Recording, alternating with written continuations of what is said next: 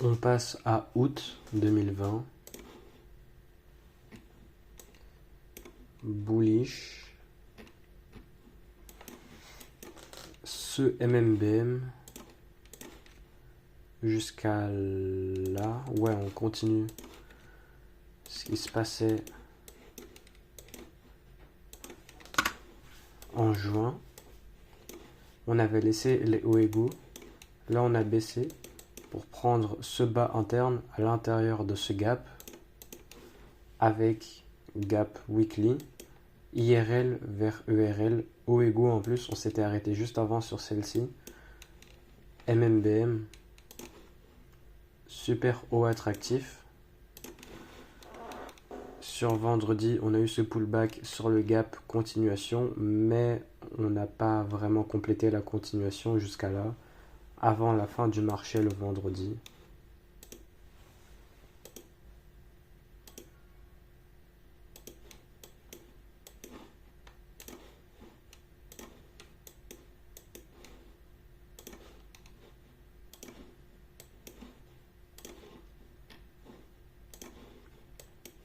Market open.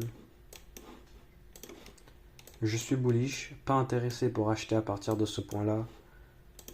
Je vais voir un pullback dans ce gap H4 de préférence pour continuer et venir chercher les hauts égaux et compléter ce MMBM.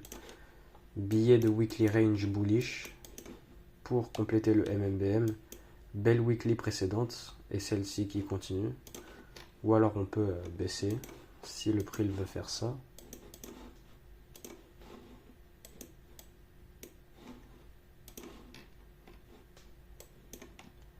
Non, c'est pas le market open, qu'est-ce que je raconte? J'étais sur la mauvaise heure.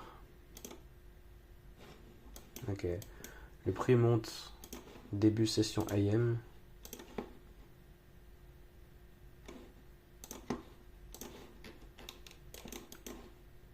Market open. Sûrement une propulsion directe. On est juste à côté de la cible. Le market open va peut-être être utilisé pour aller chercher la cible. Ok, et c'est fait. Le MMBM complété. On n'a pas pu suivre cette partie de la hausse. Je me rappelle plus de ce que j'ai fait la semaine dernière. Mais j'ai pas pu suivre cette continuation bullish. Vendredi, je sais que j'avais pas acheté. Ouais, je me rappelle, j'avais pas acheté ça. Il y a ce CSDH1, mais j'aimais pas le reste.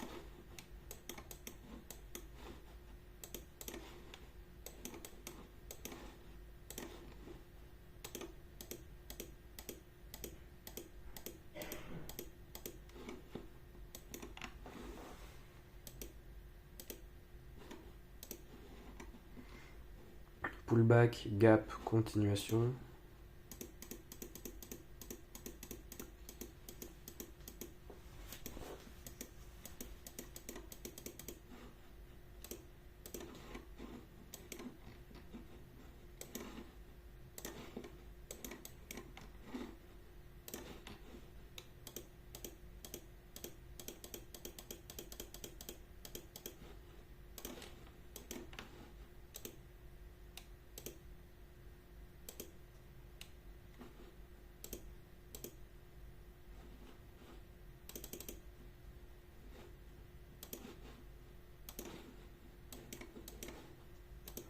On passe à mardi.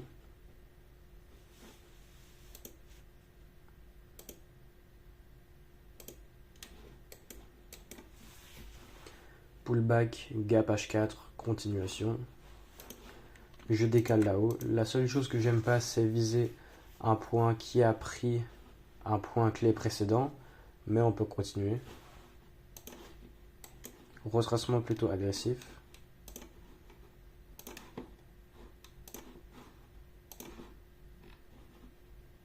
Market open.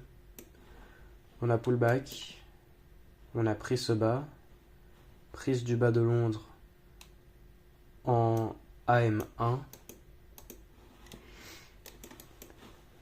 sur le gap H4. Et là, le market open peut être utilisé pour continuer jusqu'à là-haut.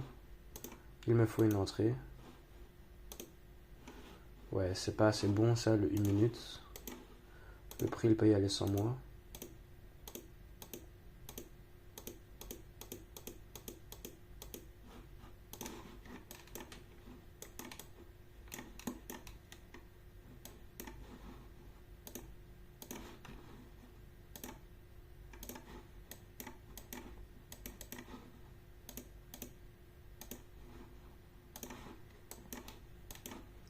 Pullback, gap M15, gap H1,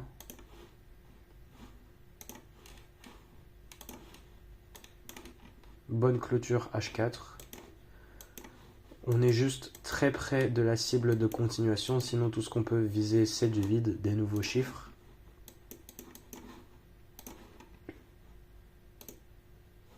Petite prise interne, SMT divergence,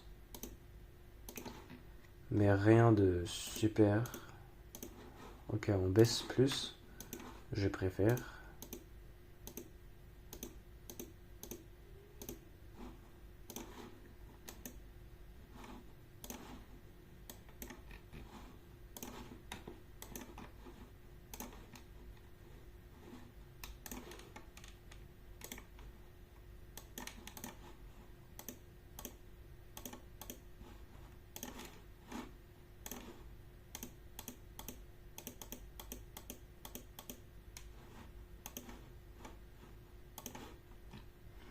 Alors on respecte toujours le gap H1, order block. On n'a pas respecté le M15. Prise interne. Ici c'est un open reversal. Là maintenant on est session PM. Ici on passe session PM. Le point bas du dernier cycle c'est ici. On le prend, on se retourne. Là maintenant on est sur le nouveau cycle de 13 heures. Ici on passe au-dessus. SMT divergence. Clôture M15 qui est CSD, ça j'aime bien, j'achète. Alors, je vise là. Mon RR, il est pas là, mais ça veut dire que je vais devoir viser du vide. Mais ma cible, c'est donc bien ça.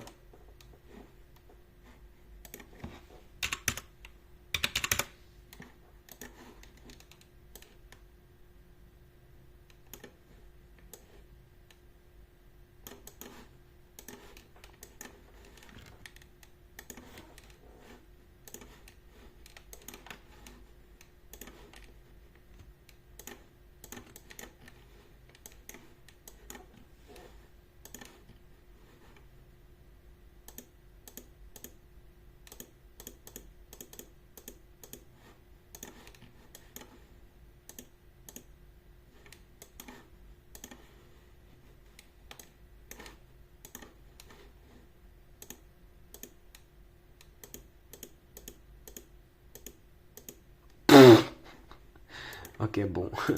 La manipulation, c'était ça, mais... Ouais. Genre de scénario qu'il faut accepter. Pour moi, c'était bon ici, pour partir et aller chercher le haut, pour faire ce MMBM qui n'est plus vraiment un MMBM. Là, on a échoué, on s'est arrêté juste avant en forme des hauts égaux. Là, on revient, BC H1. Là, on shift pour y aller. Au final, on revient. Là, on fait cette grosse manipulation pour prendre les bas, plus mon stop loss. Et là, il se retourne pour y aller. Mais il se retourne quand? Hors macro, 14h35. C'est un petit peu aléatoire ça, je vous mens pas. On respecte toujours la BCH1, meilleur sweep interne sur l'order block. On garde exactement les mêmes éléments que j'ai fait pour cet achat. En plus de ça, on a eu une magnifique clôture horaire. M30 aussi qui clôture CSD. M15 qui avait CSD, ce mouvement baissier ici. Ça, c'est la manipulation. Puis on est revenu. Et là, on arrive, swing d'échec par rapport au bas qui est là. Ça, c'est la dernière manipulation. Je compte ça comme étant la dernière manipulation. Vu que le S&P 500, lui, il est venu manipuler plus bas. SMT divergence entre les bas et j'achète. Avec aussi MSS, IFVG, M5, etc. Très bon setup. La seule chose qu'il y a à dire sur ça, c'est le fait qu'on est en train de viser un point de continuation qui a déjà pris le point précédent. C'est des all-time high. Mais là, le scénario, il s'est fait. Exactement comme je voulais. Juste là, on peut voir cette mèche qui descend en dessous de là. Et j'ai acheté pas au bon moment. Mais c'est un très bon trade. Voilà. Genre de scénario qu'il faut juste pouvoir accepter dans le trading. C'est plutôt rare que le marché il va faire ce genre de choses. Alors là, je peux pas trop expliquer. Oui, tout ce que je peux dire. Forcément, il y a une raison. On est juste venu manipuler plus parce que le prix il voulait le faire en respectant la BC sur l'order block. Et là, maintenant, il y va. Mais par contre, rien de bon pour acheter là-dedans. On est hors macro de 14 heures. On lance la macro de 14 heures pour lancer la baisse. Et puis, on fait ce point bas à 14h30. Alors qu'ici, c'était très bien. Voilà. Voilà pour toutes les explications de ce trade de mardi. On passe maintenant à mercredi.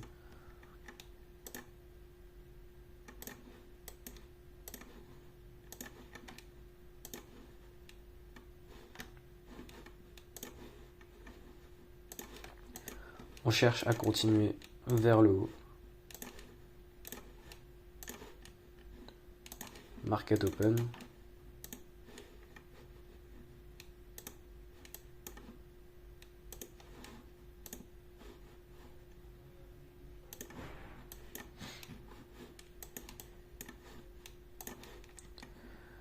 Alors on a ce gap H4. La continuation c'est ici. H1, rien de très bon. On a les bas asiatiques. J'aimerais bien voir un style de scénario où on prend le bas asiatique tout en respectant le gap H4. On ferme à l'intérieur. Ou ouais, on continue.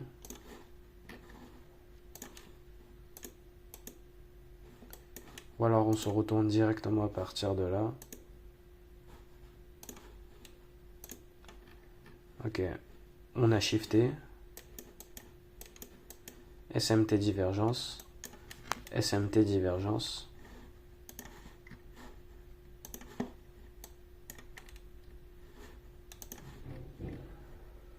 Ok, donc utilisation de la BC H4. BC. BC.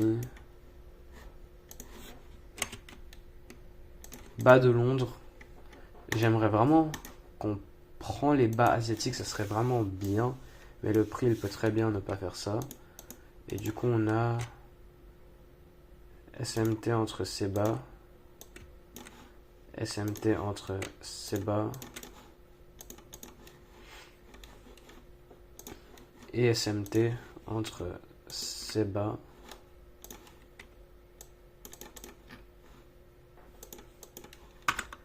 Là, je peux acheter, je préférerais voir le prix venir là.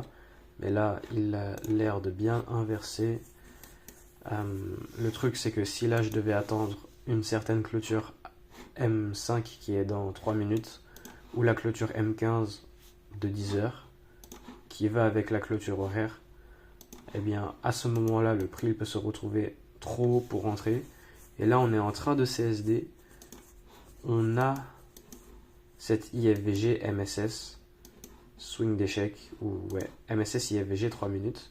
On n'a pas CSD toute la baisse. Mais là, c'est ce que le prix vient de faire sur le 1 minute. Aucune raison que le prix... Voilà. 4 heures. Ouais. J'achète plutôt haut. Mais là, on a un passage au-dessus de tout ce mouvement baissier. On a la pré-confirmation avec le M3. Ici, MSS là. M1 pareil. On passe au-dessus du point là-haut.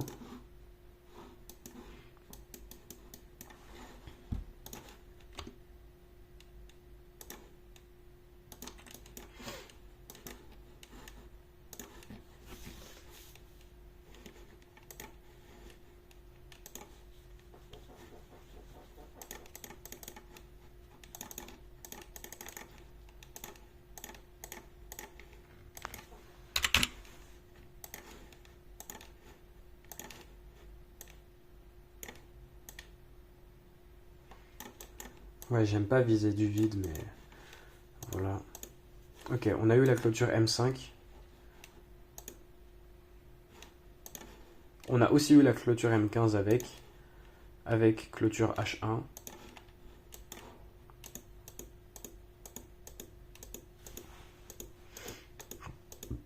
Ok, le prix ne bouge pas vraiment.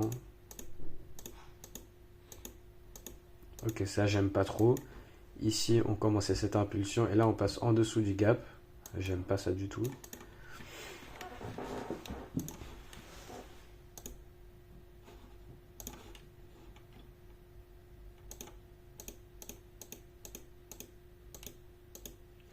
On est venu à ce point-là pour faire cette prise interne. Et suite à cette prise interne, on a ce CSD M15. On revient, échec de continuer plus bas, re-CSD de ce mouvement baissier.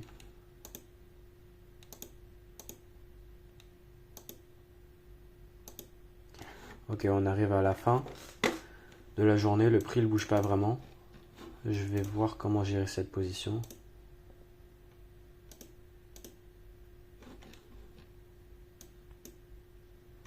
Donc ouais, je vais sortir au break-even.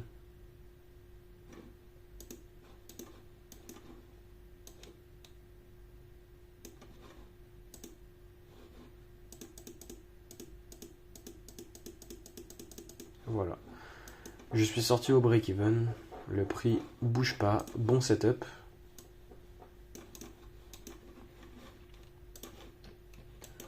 On passe à jeudi. Toujours en respectant le gap H4. Toujours en le respectant.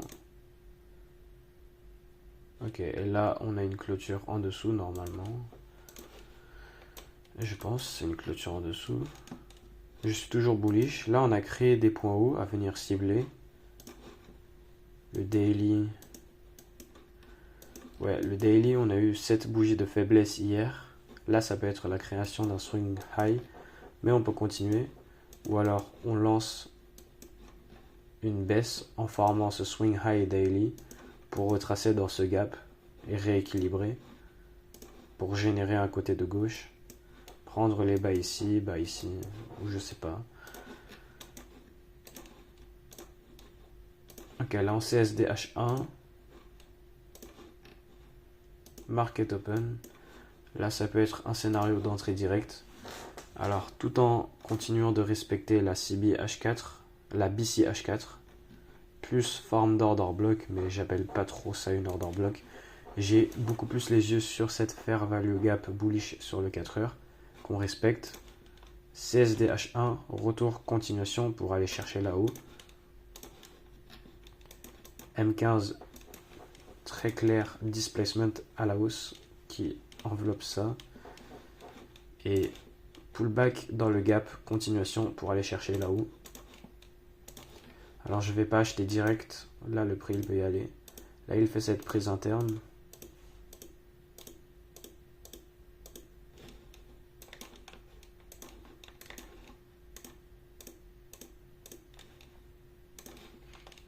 Ok. Ok. SMT divergence avec prise interne tout en étant dans le gap. M15 pareil, bam, tap, truc. On forme tous ces hauts à venir chercher, plus le haut là, MMBM à partir de la PDA HTF BC H4 qu'on respecte toujours. PDA HTF IRB H1 order block suite au CSD. Et là maintenant, avec un inversement. Ok. Plutôt haute comme entrée.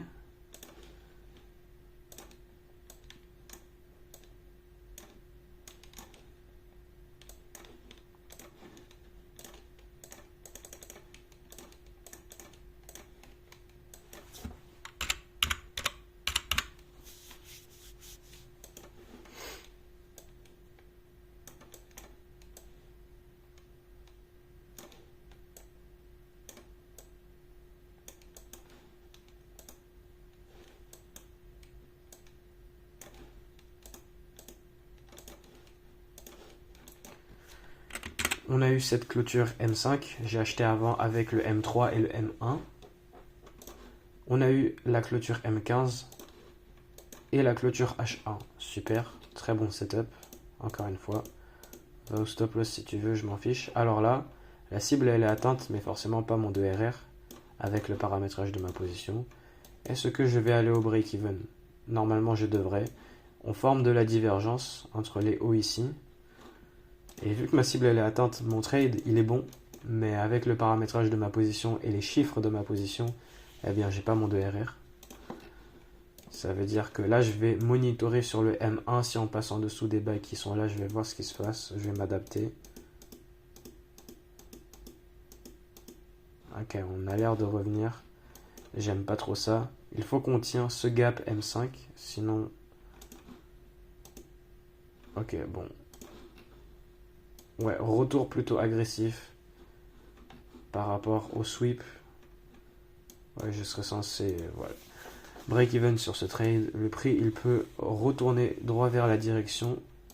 Sans moi, c'est ok. Ok. Retracement plutôt profond, hein. J'aime pas vraiment.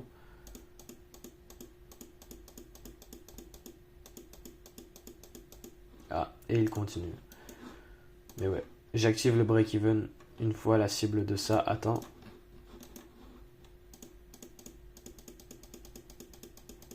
Et on a continué plus haut. Après avoir été retracé, mais j'ai pas aimé ça. Parce qu'on ne respecte pas ce gap. Ok, on peut revenir plus bas, mais on respecte ni ce gap. Le M15, il revient profondément. Tout ce que je peux voir, c'est la réutilisation de ce gap. Je compte pas vraiment ça comme étant une rejection block. Moi, je parle que de rejection block quand on parle des temporalités plus grandes parce que rejection block sur le 5 minutes, tout ça, je regarde pas trop. Pour moi, ça n'a pas trop de signification. Et on a ce pullback agressif. Et voilà, j'accepte. C'est un de ces scénarios. Plutôt méchant cette semaine. On passe à vendredi.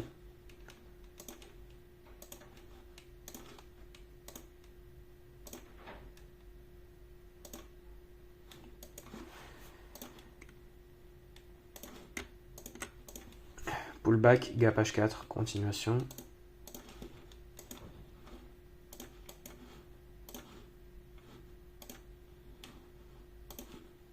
Market open. Qui peut être utilisé pour propulser vers le point.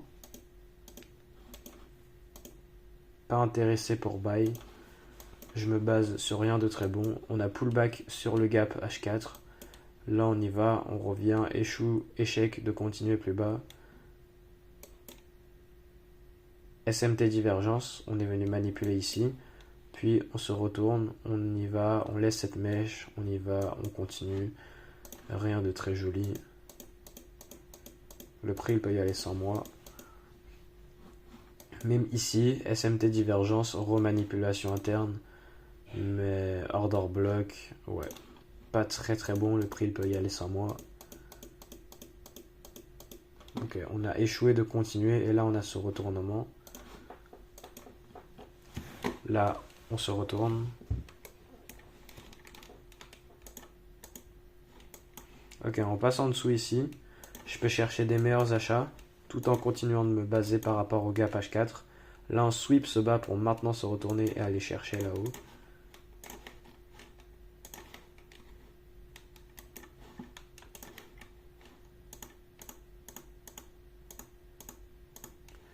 Alors, je vais pas vraiment beaucoup aimer pour acheter. Le S&P, lui, il continue cette petite hausse, cette petite vague qui était en train de se faire. Le S&P, il continue, il s'en fout de ce que le Nasdaq fait.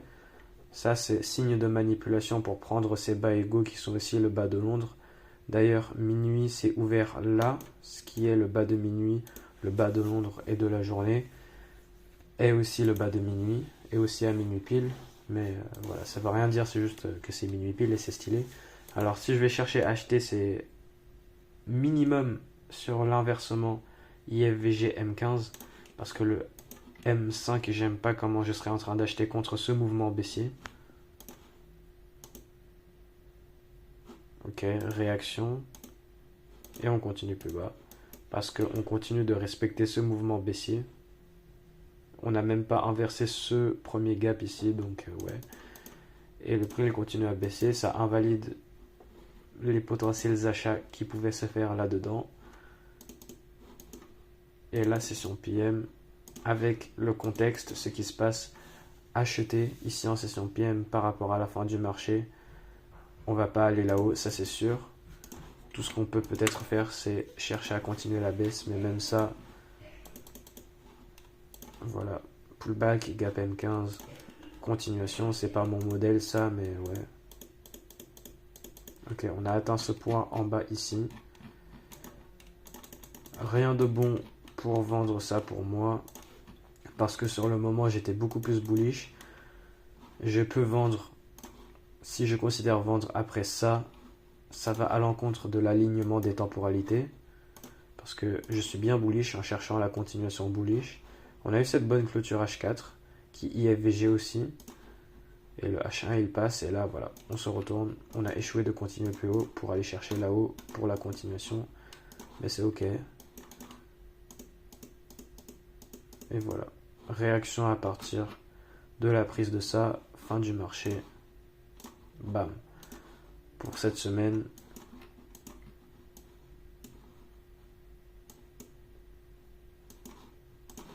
alors qu'est-ce qui s'est fait cette semaine? Ça c'est lundi, rien de bon. Ça c'est... Non, ça c'est lundi. Oh, je suis perdu là. Ok, dimanche, lundi, mardi. Ok, mardi j'ai pris cet achat break... Non, stop loss. Stop loss. Autre achat break even. Autre achat break even pour qu'ensuite ça va dans ma direction. Et puis voilà, semaine plutôt méchante. Très bon achat ici, très bon achat ici, très bon achat ici. Mais là je suis allé au break even parce que ma cible était atteinte. Et parce que j'aimais pas comment le prix le revenait. Et oui, le prix est revenu plutôt agressivement, j'aimais pas ça du tout. Mais parce que le prix il l'a décidé, eh bien il a continué même après ce retour que j'aimais pas trop. Et j'ai pas tenu la position, je suis allé au break-even. En plus, il y avait un peu une forme de SMT. Là, on n'avait pas continué par rapport aux hauts qui sont ici. On diverge, mais ce genre de SMT, c'est jamais vraiment à prendre comme faiblesse pour le Nasdaq. C'est juste que le S&P 500, il est... Genre, parce qu'on peut très bien voir ça. Si on considère voir le fait que ici, à ce point-là, on n'était pas venu atteindre les hauts qui sont là. Si on considère prendre ça comme faiblesse pour le Nasdaq, eh bien, ça veut rien dire. Parce qu'on peut aussi prendre ça comme... on peut aussi voir ça comme le SP500, le ES qui est en retard par rapport au Nasdaq. Là, en forme des hauts égaux, on revient et on continue pour venir tout liquider plus tard. Et voir un retard sur le S&P 500 par rapport au Nasdaq, ça veut jamais dire... J'apprends rien normalement, mais voilà, je veux juste le dire quoi, comme je le fais à chaque fois. Ça veut absolument pas dire de la faiblesse pour le Nasdaq. Et voilà pour cette semaine, 3 bons setups, un stop loss, un break-even, celui-ci qui a quand même continué un peu après.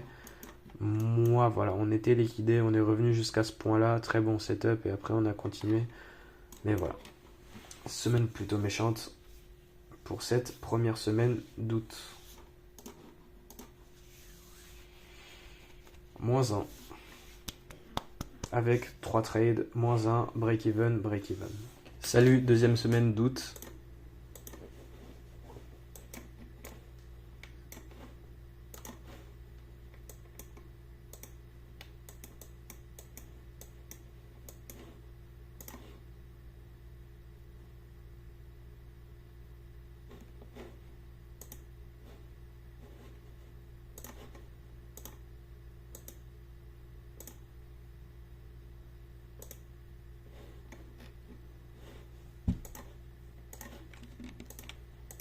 Bullish pour aller là-haut et continuer.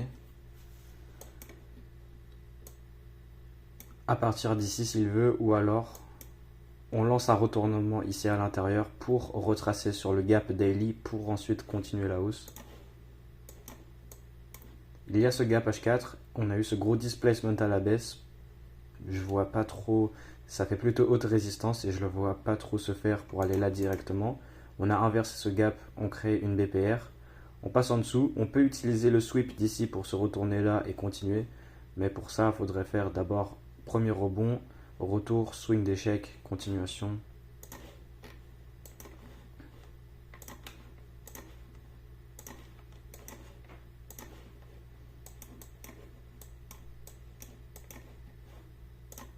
Market open.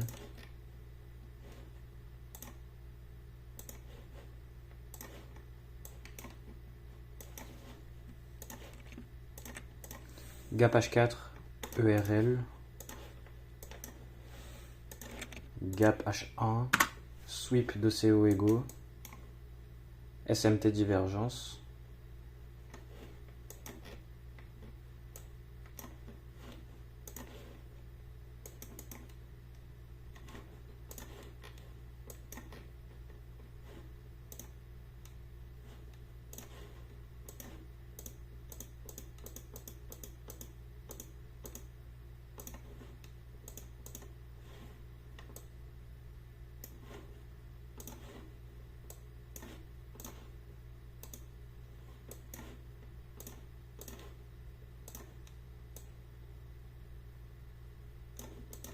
Alors je vends ici stop loss à 25.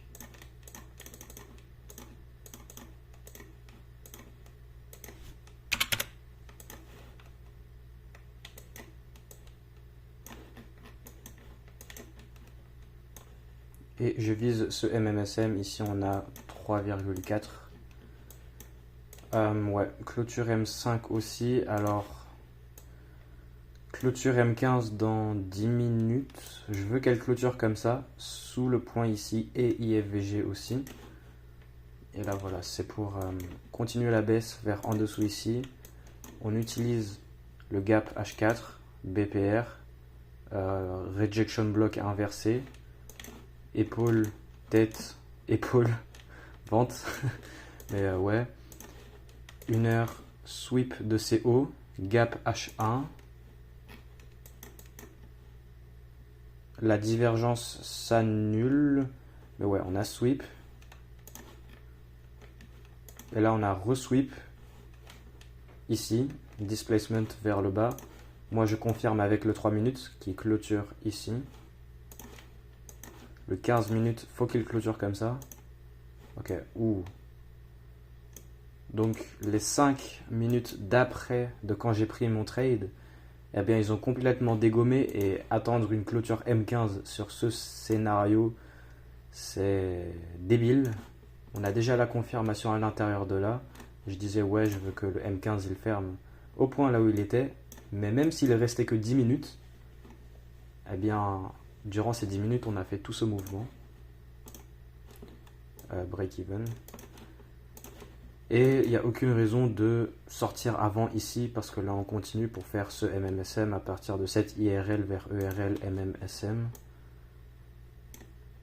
On a eu sweep au-dessus ici sur le SP500 aussi. Et ouais, du coup, haut de Londres vers bas de Londres, bas asiatique ici et bas de la semaine précédente, bas de vendredi. J'ai eu un 3,4 sur ça. Pour ce qui est des bilans des résultats, il y a des moments où quand c'est genre 3,4, eh bien j'arrondis à 3,5, ou alors si c'est 3,2 par exemple, j'arrondis à 3R. Mais je pense j'ai fait ça sur les sessions d'avant. Mais ce que je fais là, c'est que je compte vraiment le résultat avec exactement le RR précis que c'est que j'ai eu sur le trade avec ma position. Parce que je backteste ce que c'est que moi je fais. Et là on revient. Pas intéressé pour acheter, j'achète quoi là? Ok. Là on peut placer le point pour ensuite monter jusqu'à ici à partir du gap daily et le retest du point ici. Et on a un sweep si on ferme au-dessus sur le 4 heures. Gap H4 aussi et rejection block. On s'en fout un peu de ça, mais voilà. Si on peut avoir une clôture H4 au-dessus du point de liquidité. Et on a les PDA HTF, mais je ne suis pas intéressé par acheter ça.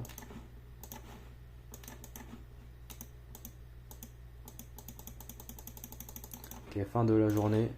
Le H4 confirme bien ce sweep. PDA, là ça peut être la SMR pour maintenant monter là-haut. Et donc ici on avait lancé le début de la vente, là on continue pour atteindre ces points d'intérêt ici, pour maintenant se retourner pour potentiellement MMBM.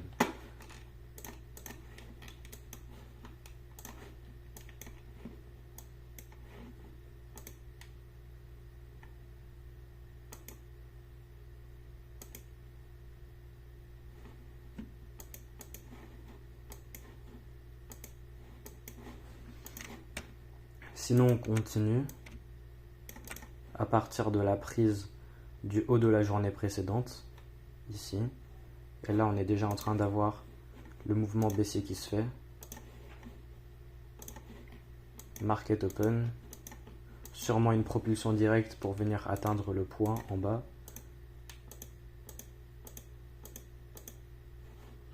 Alors je ne suis pas vraiment intéressé pour vendre ça, c'est pas assez bon. Juste un petit pullback, pas de vrai PDA sur quoi je me base. Pullback, gap M5, prise interne, continuation.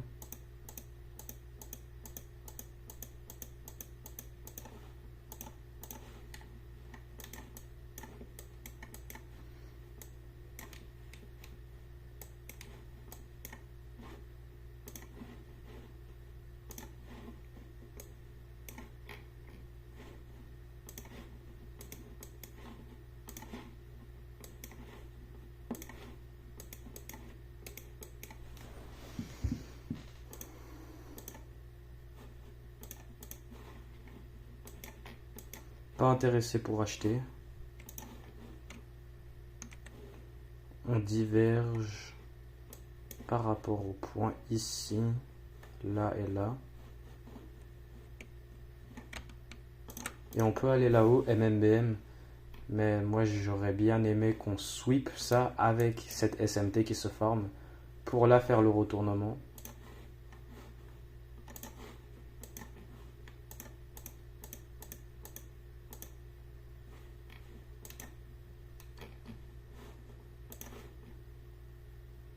Ouais, je suis pas vraiment intéressé pour acheter.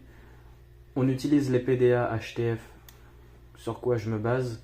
On a de la divergence par rapport au bas asiatique. Mais on a edge le point qui est ici. Ça forme des equals, des bas égaux sûrement pour plus tard. Ouais, j'aurais vraiment mieux aimé qu'on sweep. Et là, ce qui se passe, c'est qu'on a un clair shift sur le 15 minutes. Retour, gap, continuation. Mais ouais, acheter contre ça, et en plus, moi je veux voir ça se faire prendre. Il peut ne pas le faire. Mais ouais, ça c'est pas assez bon pour moi. Ce retournement, il est très clair, mais pour le reste, la construction, j'aime pas vraiment. Et là, pour vendre non plus, c'est pas très bien. Gap H1, voilà, là c'est mieux, je me base par rapport à ce mouvement baissier. On a cette prise interne, le gap H1. CSD M15.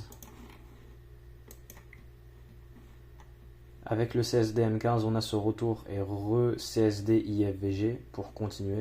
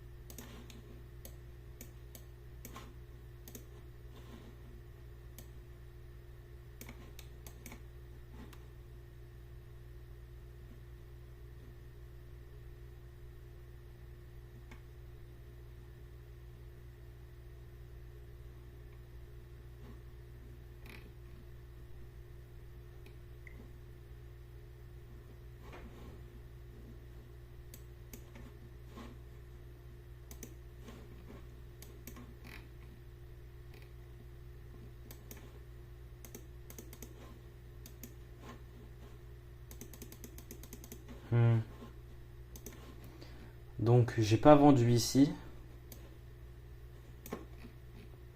Ouais. Je sais pas parce que là maintenant en hindsight, ça c'est très propre. Mais ouais. Je suis allé un petit peu vite, je pense.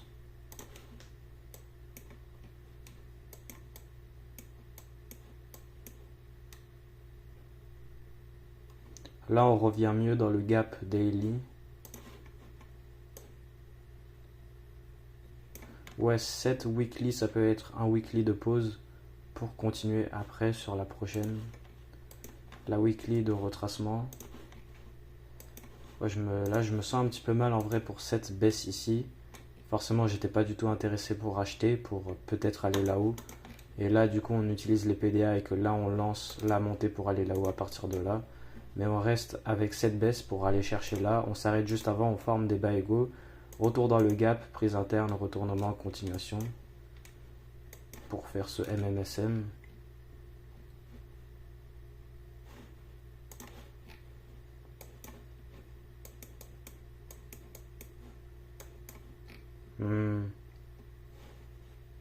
Ouais, je l'avais pas vraiment vu. En plus, j'étais en train de peut-être voir le prix qui montait. Ça, c'est le dernier mouvement. On l'inverse, on revient. Et là, on reconfirme. Ça serait sur ça que je vendrais. Ouh. Ouais, bon, ok. Je vais pas le compter, tant pis pour lui. Je vais essayer d'aller un peu plus doucement parce que... En fait, j'arrive pas vraiment à dire si j'aurais pris la vente ou pas. Parce que c'est bon, mais en même temps, je voyais autre chose sur le moment.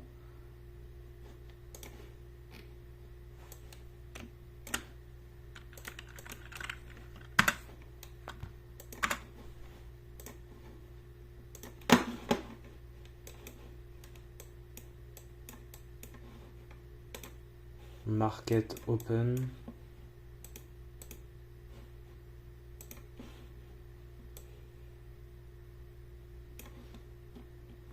Ça veut dire que si c'est pas ici que là on lance la montée, ça sera peut-être à partir de là.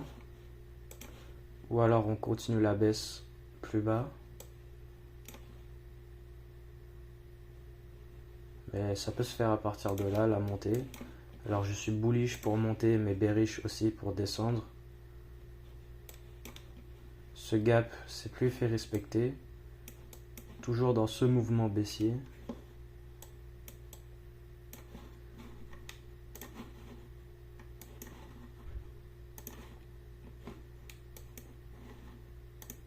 Ouais, pour cette vente-là qui s'était fait macro de 13 heures hier, je sais pas trop si...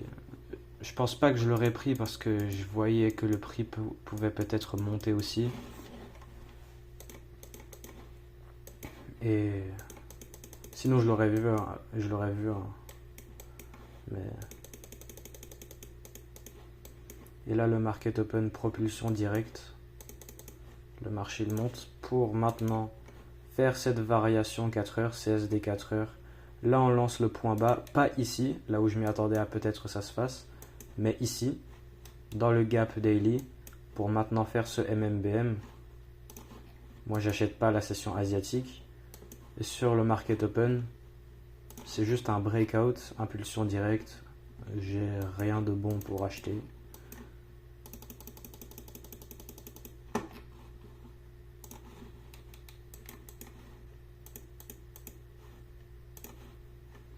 C'est dommage, c'est un de ces scénarios où il faut juste pouvoir accepter. Et pour ce qui est de la vente d'hier qui tourne dans ma tête là, que je n'ai pas pris, et sur le moment je voyais plus que le prix laisse ce point bas juste avant la cible, on forme des bas égaux et que on se retourne. J'aimais bien le 15 minutes qui se retournait. Si on se basait par rapport au H1, oui, on retrace dans la rangée et on continue pour aller chercher le bas, plus le bas qui a été laissé juste avant.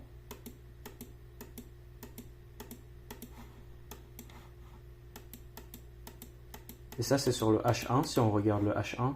Mais basé sur le 15 minutes, j'étais en train de vendre contre ça. Il y avait ce mouvement bullish qui réagissait à partir de ce gap, comme j'avais dit. Et la vente devrait se faire quelque part là-dedans. À ce point-là, stop loss. TP sur le bas à côté. Et c'est pas vraiment des éléments qu'il faudrait prendre en compte. En mode le modèle est là, mais je l'ai pas vu sur le moment. J'ai pas vraiment pu voir parce que moi je voyais le prix qui pouvait peut-être monter. Ça c'est la baisse de la journée, ok on s'arrête avant le bas. Et là on monte et peut-être on vient chercher demain ou alors même on monte la hausse. C'est ça que je voyais, j'étais pas intéressé pour acheter. J'aimais bien ce retournement. Mais ce retournement il veut pas dire grand chose. On retrace dans cette rangée baissière. Il y a le gap MH1. Et on prend des hauts et on se retourne.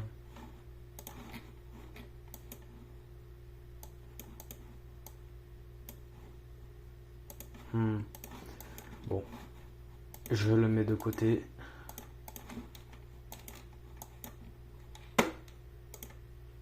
On passe à mercredi.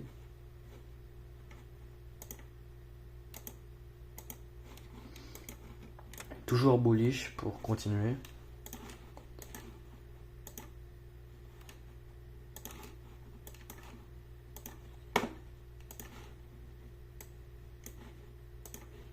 Market open. Propulsion directe. On peut utiliser le market open à partir de ce point-là pour aller directement vers la ERL HTF sans me donner d'entrée.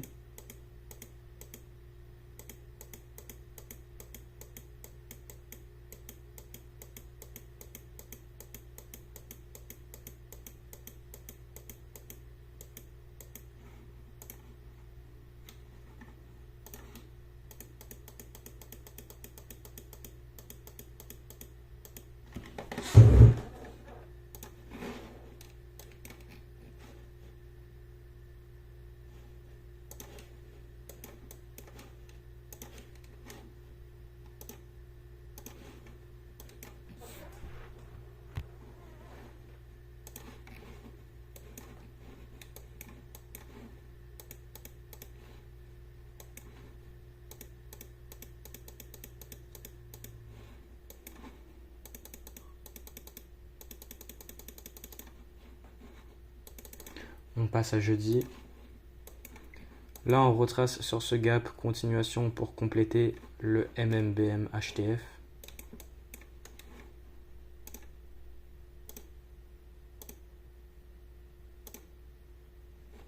Respect du gap, SMT. Continuation bullish pour aller chercher le haut d'hier et la ERL.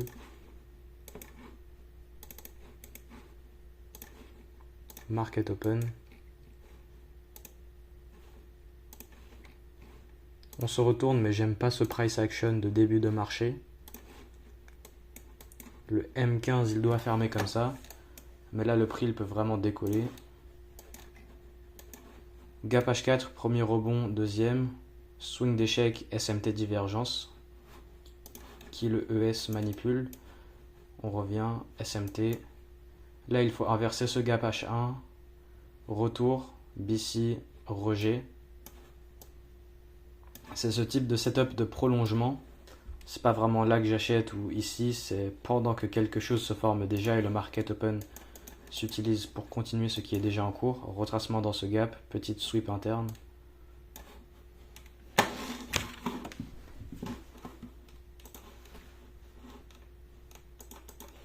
Je pourrais acheter là, mais j'aime pas ce price action de début de marché. Je vais laisser le prix peut-être aller sans moi, mais je veux attendre un peu plus. Ok, clôture M15, j'aime pas trop, je vais attendre un peu plus. Ok. Mais c'est exactement pour ça. Là, je pourrais acheter ce CSD M5 et ce M15 qui clôture plutôt bien, mais c'est qu'on a ça, on a une étendue de price action, et c'est ce que j'ai dit. C'est ce type de setup de prolongement. Et des fois, il y a des cas où ça va partir directement sans moi. Là, on vient manipuler le bas. Mais il y a des cas où ça va faire plus de chargement de price action avant d'y aller. Là, si on IFVG, j'achète. Maintenant, ça continue à baisser. Ça veut dire qu'on n'a plus de divergence entre les bas ici en respectant le gap H4. On est toujours dans le gap H4 et cet order block. Sur le daily, ici, on a laissé des hauts égaux du coup. Pour moi, ça c'est bougie de retest, order block, continuation, ou alors bougie de pause et on fait ça. Ah non, vu qu'on est vendredi. Et qu'on s'arrête, qu'on place le point haut de cette semaine ici. On peut, mais je veux bien voir ce vendredi qui complète le MMBM. On annule les divergences.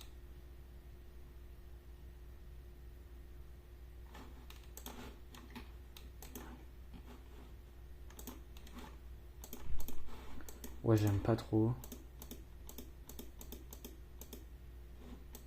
MSS. SMT entre ces bas.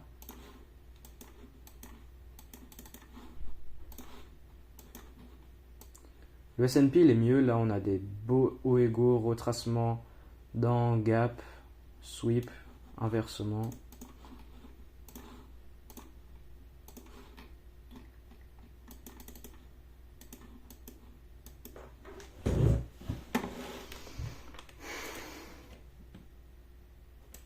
Ce que j'aime pas, c'est qu'on n'a pas pris ça.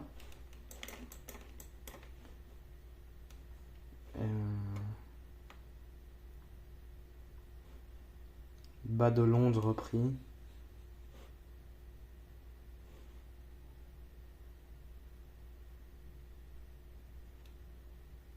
Ça, c'est les bas de mardi qu'on prend pas. J'aime pas le 15 minutes. Le 5 minutes, il est bon. Mais c'est le 15 minutes que j'aime pas.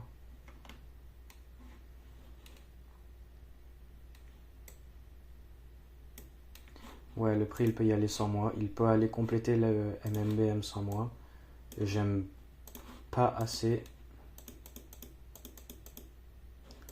Dans tous les cas, si je chercherais à me placer sur ça, j'attendrai une reconfirmation et pas juste acheter ce MSS parce que on a ce mouvement contraire M15 qu'on réagit.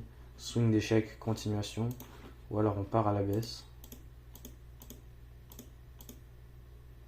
Ouais, là il est tard. Même si c'est pour aller chercher les hauts de la journée actuelle, c'est plutôt loin par rapport à la fin du marché qui se trouve ici. On peut faire ce mouvement, mais j'aurais pas de 2 RR en plaçant mon stop loss quelque part en dessous ici. Ouais, je le vois ce scénario. Je le laisse aller sans moi s'il veut, mais je suis pas intéressé. Ouais, là c'est mort. Il reste 2 heures pour aller chercher les hauts de Londres. On peut aller le faire, mais non. Ok. Bon, fin de la semaine. Rien de très intéressant. Tout ce qu'on a eu, c'est cette belle vente lundi pour 3,4. Oh, j'aurais pu en vrai... Oh, bon non, c'est bon. En fait, j'ai placé le TP à la DOL. J'aurais pu écarter un petit peu. Oh, j'aurais pu... Ouais, j'aurais pu écarter jusqu'à un 3,5 vite fait pour faire le truc fixe. Et ce que j'avais dit aussi, c'est que... c'était quoi que j'avais dit? Ouais, j'avais dit que j'arrondis quand c'est par exemple un 3,1, j'arrondis à 3. Si c'est 3,4, j'arrondis à 5. Et la plupart du temps, si c'est un 3,4 par exemple dans cet exemple ici, et que je vise la DOL, eh bien je vais juste décaler mon TP un petit peu dans du vide pour avoir ce 3,5. Et vu que vous connaissez mon modèle sur les conditions actuelles de 2020, j'ai tellement de trades où genre ma cible en fait c'est juste un R. Et pour un R extra, je dois viser du vide. Alors que là, viser du vide, c'est rien du tout. C'est quelques pips de plus. Donc voilà. 3,5 ici. 3,4, ça serait tenir dans plus de vide par rapport au point là. Mais 3,5, c'est super proche. Donc je vais compter ça comme un 3,5. Il y a un setup de vente là-dedans. Mais sur le moment, je ne l'avais pas trop bien identifié. Et il est bien. Il fait beaucoup de sens. C'est juste le lower time frame qu'en vrai j'aimerais pas trop, mais qui est de vendre ici contre ce mouvement haussier, mais c'est pas vraiment ça qui est à prendre en compte en vrai. Mais bon, je vais pas le compter vu que je l'ai pas pris. Et vendredi, je cherchais les achats ici pour faire ce MMBM. Ici, on s'était arrêté juste avant la ERL. Là, pour moi aujourd'hui, c'était retracement, gap H4, continuation, mais ouais, on bouge plus trop. Voilà pour cette deuxième semaine. J'ai pris juste un trade et 3,5 R du coup. 3,4 mais 3,5 avec le décalage du TP et pour arrondir. Parce que moi j'aime pas les trucs pas rond. Par exemple, si je risque 1000 sur un trade, je veux pas que mon TP soit 2300 ou un truc comme ça. Parce que moi ce qui me gêne, genre c'est pas une question de gêne ou de préférence. Après bon, vous le savez déjà, mais voilà, je me répète. C'est pas de la gêne ou de la préférence et tout, mais quand je vais voir ma balance, la balance de mon compte, elle doit être un chiffre rond. Ça doit être un certain R. Je veux pas À part si je suis forcé de fermer un trade à un moment, par exemple le trade est en cours, il est à 0,3 R et que je dois le fermer avant la fin du marché ou la fin du week-end, avant la fin de la semaine. Troisième semaine.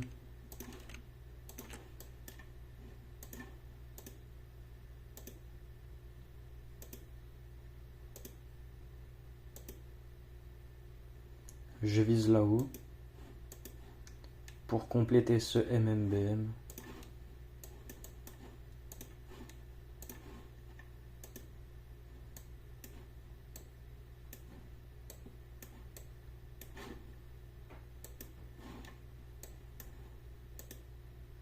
Market open.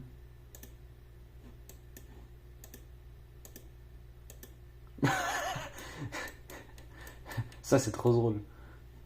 Ça et ça. Ok, market open utilisé dès le lundi pour se propulser vers la ERL.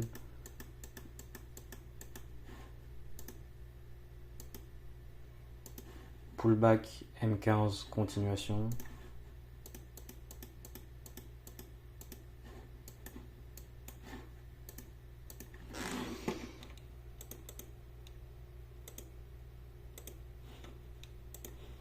Ok, là on a une prise interne.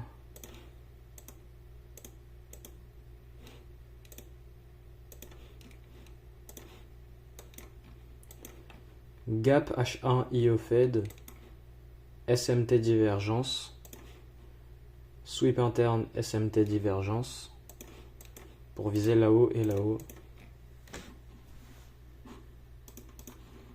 Clôture H1. Clôture M15.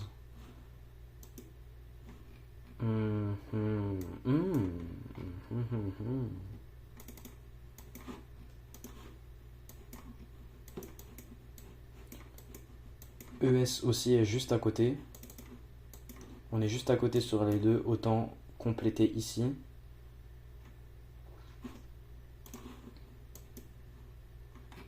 Après, je veux pas voir un re-edge pour placer un point juste avant le point cible pour former des hauts égaux. Et que là, on lance un retracement à partir de là, à partir de ce sweep. Si on fait ça, c'est un peu méchant. Sweep du haut de la semaine précédente. Sinon, le reste, j'aime bien, mais c'est ce M5 qui se confirme pas très bien. Là, on clôture au-dessus de ce gap, avec un gap. Après le sweep.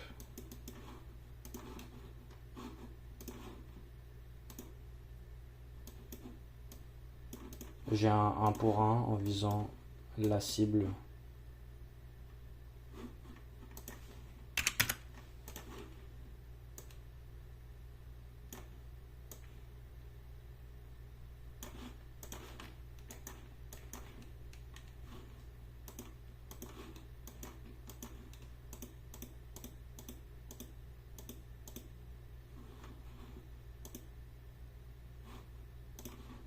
Ok, là c'est mieux.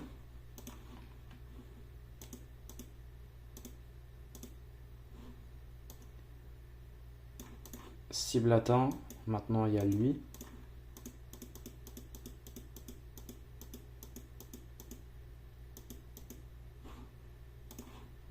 Ok, nouvelle bougie H4.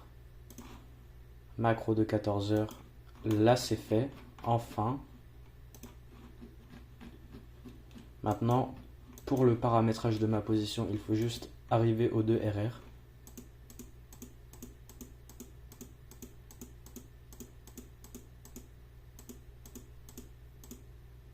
Cool.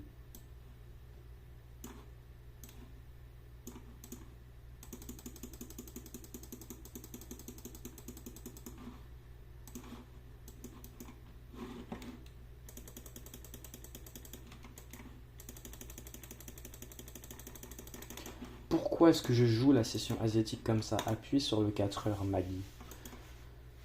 Ok, alors on repasse au-dessus. Mouvement haussier plutôt fort durant le début de la session AM et session de Londres même.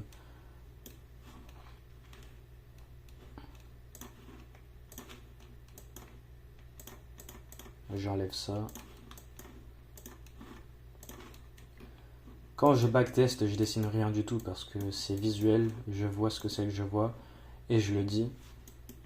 Et vous devrez comprendre, quand je dis par exemple gap M5 ici et que je mets la souris dessus, eh bien ça se voit quoi.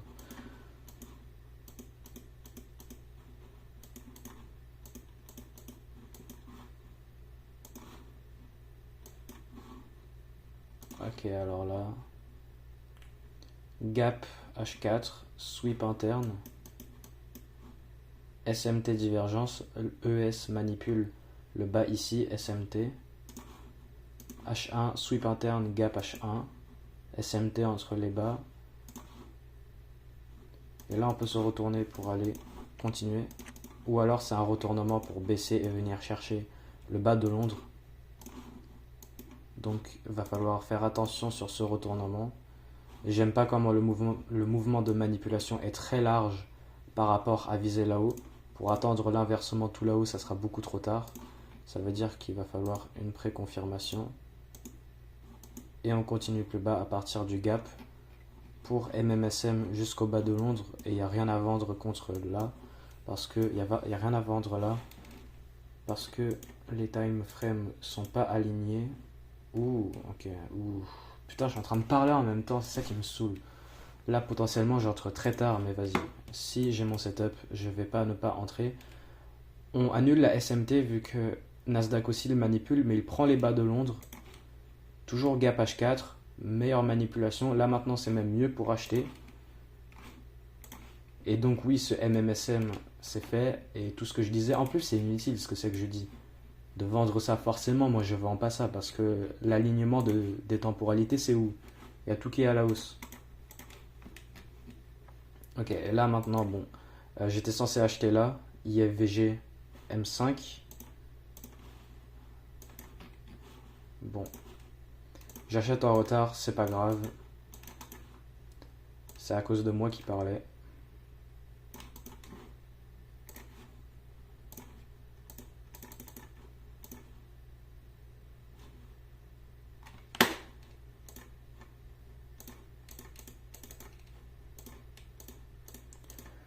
Le truc avec ma souris, le truc avec ma souris qui me saoule, c'est que elle marche presque plus. Je la déplace et le curseur il bouge pas comme je le déplace.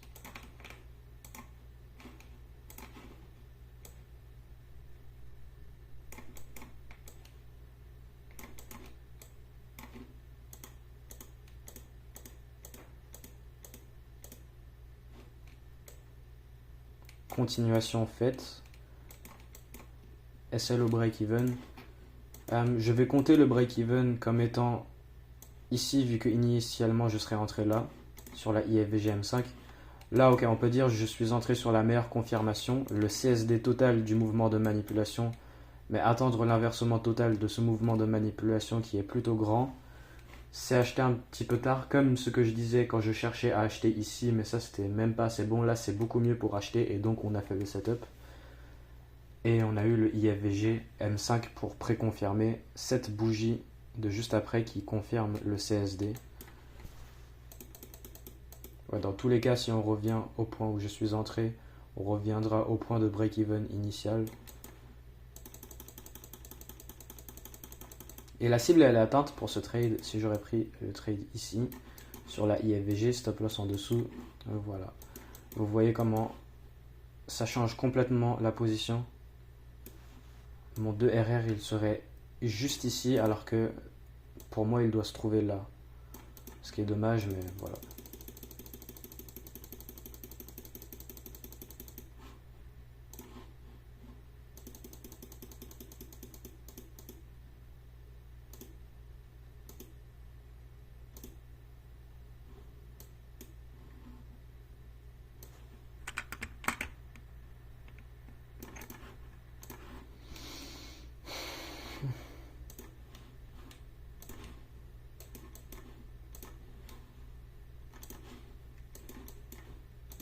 Market open, sweep, continuation, mais j'achète pas. Ça, si c'est un scénario à entrée directe. Bon, non, vas-y là.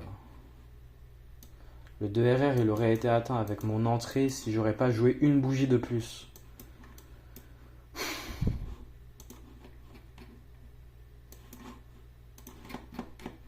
Super CSD M3. Le M1 aussi, super.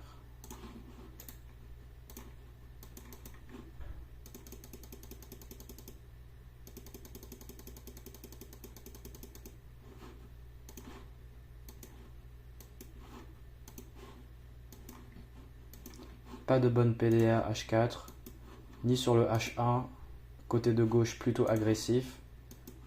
Je me base pas vraiment par rapport à quelque chose de bon. On a cette IFVG, CSD, à partir de ce point-là, mais c'est pas assez bon pour acheter. En tout cas, on continue l'achat dans lequel je suis toujours, mais qui devrait... Mais en fait, voilà, la cible, elle est faite, mais le paramétrage de ma position doit avoir un 2RR dans du vide. C'est atteint, mais vu que je suis entré en retard, comme j'ai raté l'entrée initiale pendant que j'étais en train de cliquer comme ça, pendant que j'étais en train de parler, eh bien voilà. Allez, va l'atteindre. Dans tous les cas, je vais le compter comme un 2RR. Ok, on se retourne à partir du point qui est là. Parce que moi, je veux vraiment compter le résultat par rapport à le paramétrage de la position qui est correct, ce qui était ça. Oui, c'est du hindsight, mais non.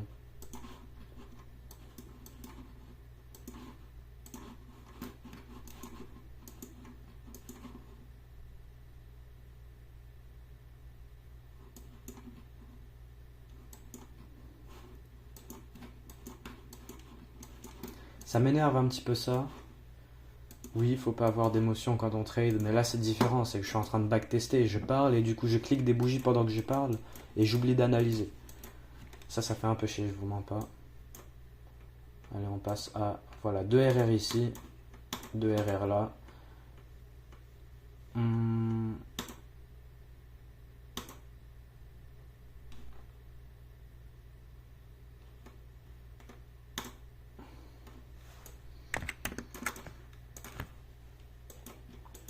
Cool, order block, gap daily, continuation.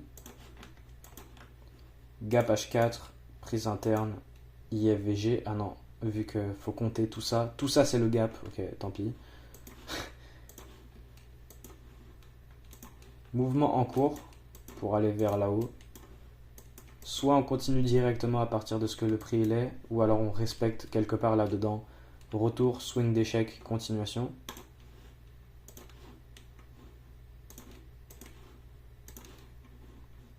Market open. J'achète pas ça. Le prix il peut y aller sans moi. Ok, clôture M15. On a eu retour, swing d'échec. Pas de SMT entre les bas. Là, le mouvement, il peut aller droit vers aller chercher ça là-haut. Ok, bon, tant pis. Le prix, il peut y aller sans moi. C'est pas assez bon pour moi pour acheter. Parce que je vois aussi peut-être baisse à partir du gap H4. Sinon, le reste, ouais, c'est bien. J'aimerais bien que le marché me donne pas un scénario à entrée directe. Car j'aime pas acheter directement ça. Oui, maintenant on a la confirmation M15. Mais je suis quand même pas vraiment confortable à placer. À ce que c'est. Ah, ok. Ce que c'est le délire de placer mon stop loss sous la bougie de là où j'entre. Si ça fait sens ce que je suis en train de dire. Le prix, il peut y aller sans moi.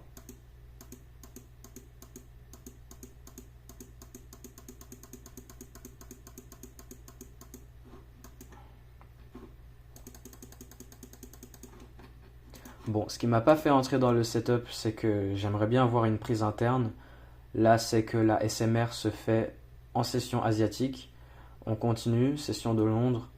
Et tout ce que la session AM fait, c'est elle vient, elle fait un retour, swing d'échec avec résistance à partir d'ici. Continuation avec impulsion, scénario à impulsion directe sur le market open. Je ne veux pas acheter la bougie M5 du market open, mais je voulais pas acheter la bougie M15 du market open non plus. Même si là, elle montre avec très haute probabilité qu'on peut aller là-haut. Ouais, ce genre de scénario, c'est vraiment méchant. 2020, c'est méchant. Je me suis tellement battu.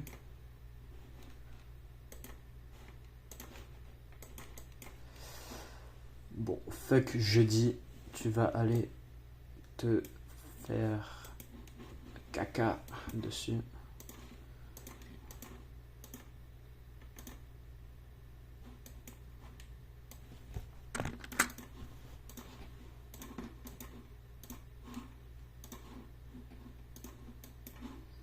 Ok, potentiel scénario à entrée directe encore une fois. Market open. Ouais, même ça, je pourrais être en train d'acheter ça, mais c'est pas assez bon pour moi. J'aime pas acheter ça, ce genre de choses. J'aime pas acheter ce genre de choses. Du coup, là, on a retracement, gap H1, gap H4, gap H4, breaker block.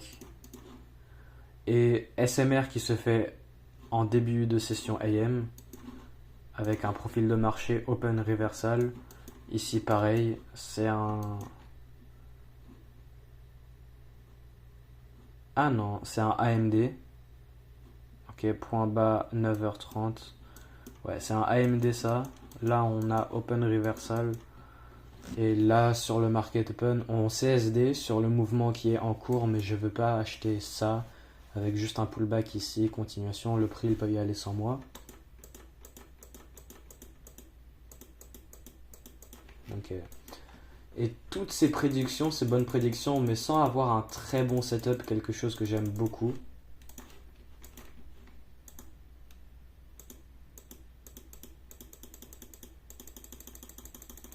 Pas de la semaine. Donc j'ai raté ça hier, mais que je n'ai pas voulu prendre. Et on a 2 R le lundi et 2 R le mardi sur cette troisième semaine. Quatrième semaine. La semaine dernière, elle a été brutale. 2020, vraiment, c'est pas très joli. Ça serait mieux d'enregistrer 2023-2024 sur mon modèle. Là, après, je vais terminer 2024 que j'ai déjà commencé avant de faire 2020. Je vais donc, en fait, sur le backtesting enregistré que je vais poster sur YouTube, les seules sessions de data qui datent beaucoup, ça va être de 2020. Je vais pas enregistrer de 2021 ou de 2022, ça va être au maximum 2023. Parce que, genre, ouais, vous comprenez.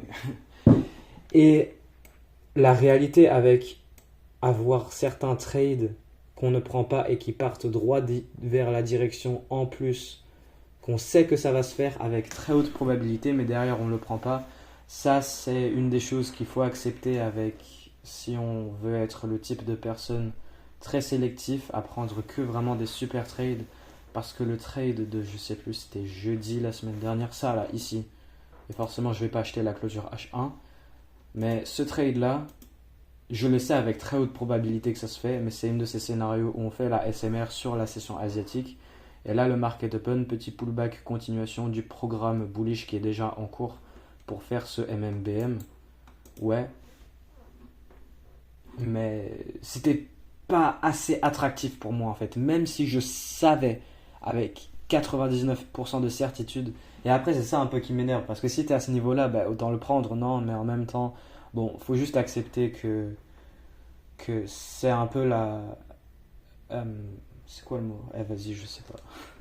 La contrepartie automatique d'être un trader sélectif et de mettre de côté certains setups, de mettre de côté certains trades. Mais au long terme, ce que ça fait, c'est vraiment éviter tous les petits trades de bullshit. Ouais, il y en a quelques-uns, ils iront sans nous. Mais voilà.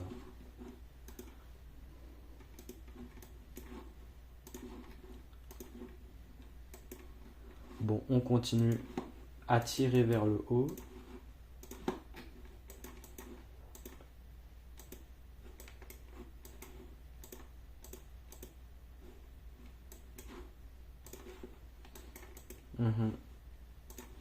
Semaine plutôt méchante la semaine dernière, mais ouais, je vais juste me dire que ça fait partie du jeu de laisser voir devant nos yeux des trades aller droit dans la direction qu'on anticipe. Mais ouais, on accepte.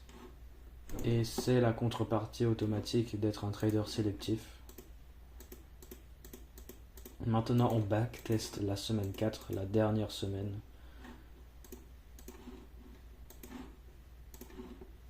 Pullback, gap H4, continuation.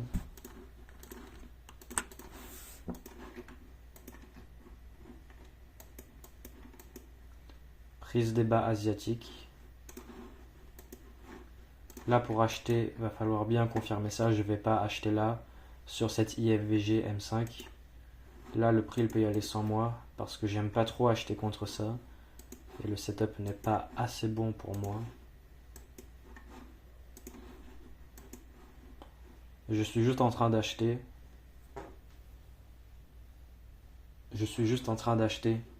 IFVG M5, CSD M5 à partir d'un retracement gap H4. Ouais, prise de bas asiatique avec SMT divergence. Je vais attendre la clôture M15. Ok, clôture M15. Et le truc, c'est que ouais, je peux acheter la IFVG, mais on peut continuer à la baisse à partir de ce mouvement baissier. Et ce 2020, les mouvements de manipulation, ils sont vraiment pas jolis. Genre là, mon mouvement de manipulation, c'est ça là. Mais pour attendre que tout ça se fait inverser, c'est trop tard pour acheter.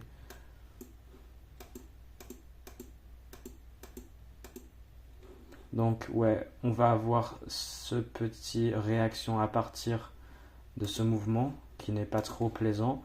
Mais on revient swing d'échec, de préférence SMT divergence, mais là on l'a pas dans ce cas-là. Et là maintenant on inverse, clôture M15, CSD M15, maintenant j'achète. C'est pas sur le premier rebond ici, mais sur un retour avec swing d'échec suite au respect du mouvement que j'aime pas initialement. Et comme vous le voyez très clairement que 2020, on fait que de faire ça tout le temps.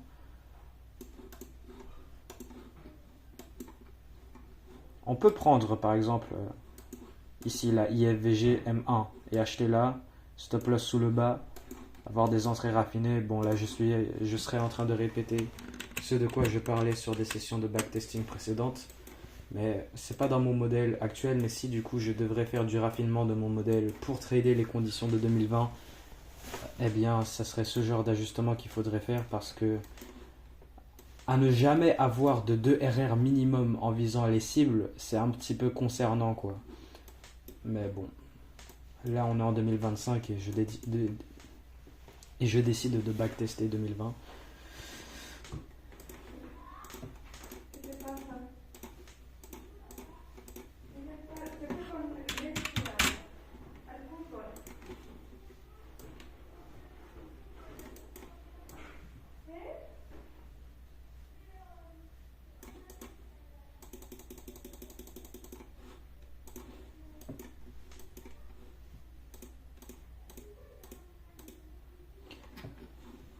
J'aime pas trop quand même.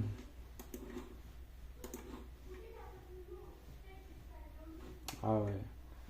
Ouais, j'aime pas du tout même.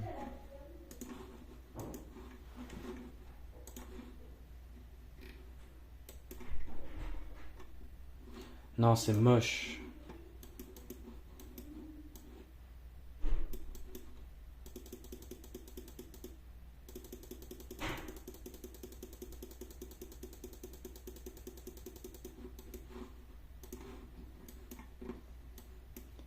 Là, c'est juste de l'expérience, mais je sais qu'il va pas faire ça là. J'ai mon CSDM 15, mais avec, c'est le H1 qui me dit toute l'histoire. C'est le H1. Il va pas faire ça. Désolé gros, mais il va faire ça au minimum. Voir ça, ça, et là il y va. Ou même prendre les bas pour ensuite y aller.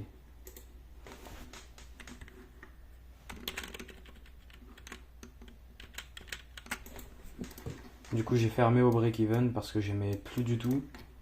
Là, c'était soit on y va directement à partir de là, et s'il fait les moindres signes de faiblesse, comme ça, eh bien directement ça m'annule tout.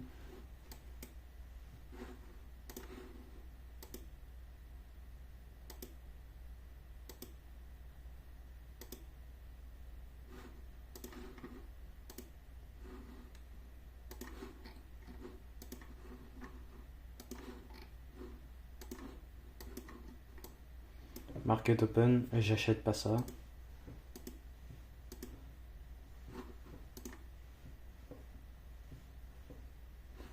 Plutôt bonne confirmation, clôture M15. On utilise les mêmes PD array et que là on n'y va pas directement mais on fait ce retour pour petit à petit y aller. En fait ce que c'est sur 2020, c'est les côtés... Attends, premièrement c'est les côtés de gauche agressifs avec haute résistance et deuxièmement c'est les mouvements de manipulation pour ensuite à inverser pour prendre un trade qui ne sont pas beaux du tout. C'est ça les choses que je vois avec 2020 et c'est répétitif, toutes les sessions backtesting c'est pareil. Bon, si tu veux, hein. Mais ouais.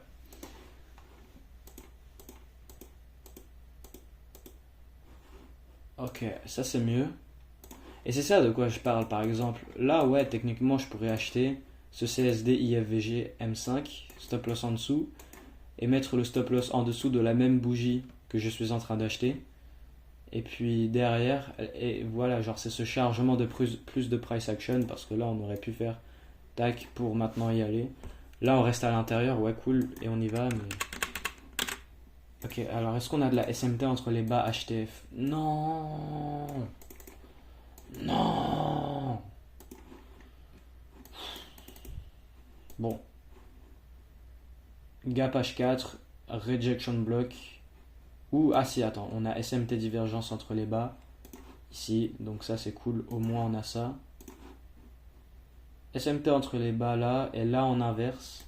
Mais même ça, l'air de ça, la ressemblance, cette visualisation, en mode ce que mes yeux sont en train de recevoir là, les informations que mon cerveau reçoit avec la visuelle de mes yeux, c'est pas joli. Je suis désolé, mais j'aime pas ça en fait. Et la réalité est que vraiment c'est ça qui est trop chiant avec ce 2020. Ça m'énerve en fait. Je pense que je vais arrêter d'enregistrer 2020, je vais backtester le reste parce que en plus de ça, les performances c'est un petit peu genre c'est quoi 2 break-even, une semaine avec un trade. Là ça va, mais on a beaucoup trop de ça. C'est pas les meilleurs exemples de semaines et de mois pour que quelqu'un vienne regarder des enregistrements de backtesting pour pouvoir trader le modèle en backtesting avec moi en même temps. En plus de ça, j'ai ce gap horaire. Genre, et c'est ça le truc. Du coup, ce que c'est que je voulais dire, c'est que là, le prix, il peut y aller droit dans ma direction, faire comme il avait fait ici jeudi, ce même genre de cas, où je sais avec haute probabilité que ça peut se faire, mais en même temps, c'est pas assez bon, et que si je prends le trade et qu'il va au stop loss, je m'énerve, parce que je me dis, ah ouais, ça aurait été pas aussi bon. Et c'est pareil avec ça. Si lui, il aurait fait stop loss, j'aurais été en mode wesh, j'aurais pas dû prendre ça depuis le début. Mais au final, il l'a fait TP et je me sens comme j'ai raté quelque chose. Et en hindsight, le hindsight, il gagne tout le temps. Le hindsight gagne tout le temps. Et là, c'est vraiment ce genre de conditions que j'aime pas beaucoup. Mais bon, c'est la contrepartie automatique d'être sélectif, moi je vais dire. Et là, il n'y a aucune raison de ne pas acheter ça en vérité. Le M5, j'adore, mais c'est le M15. C'est le M15 et le H1 qui est horrible. Ah, tu sais quoi? Je vais faire ma rebelle. Je vais acheter.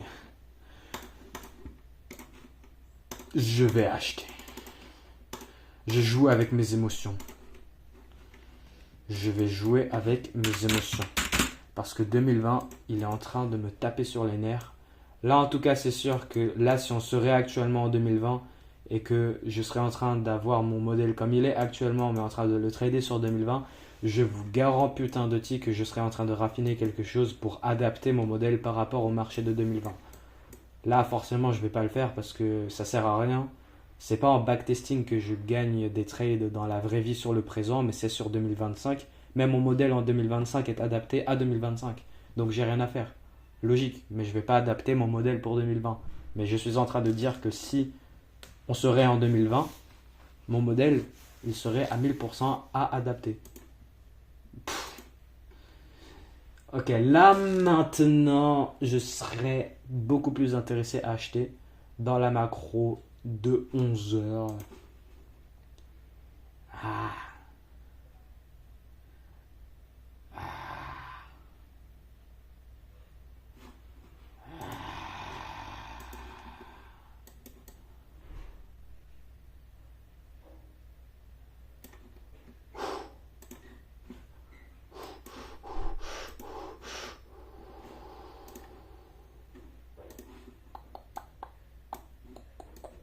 Ah, c'est bon.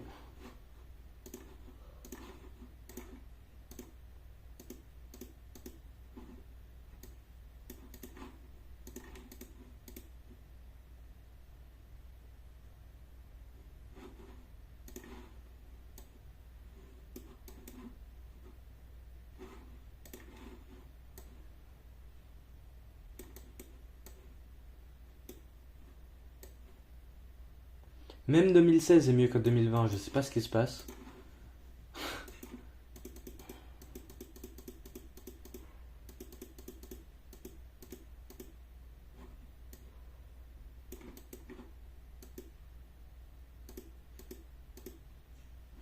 Ok, TP, pas TP mais la cible atteint.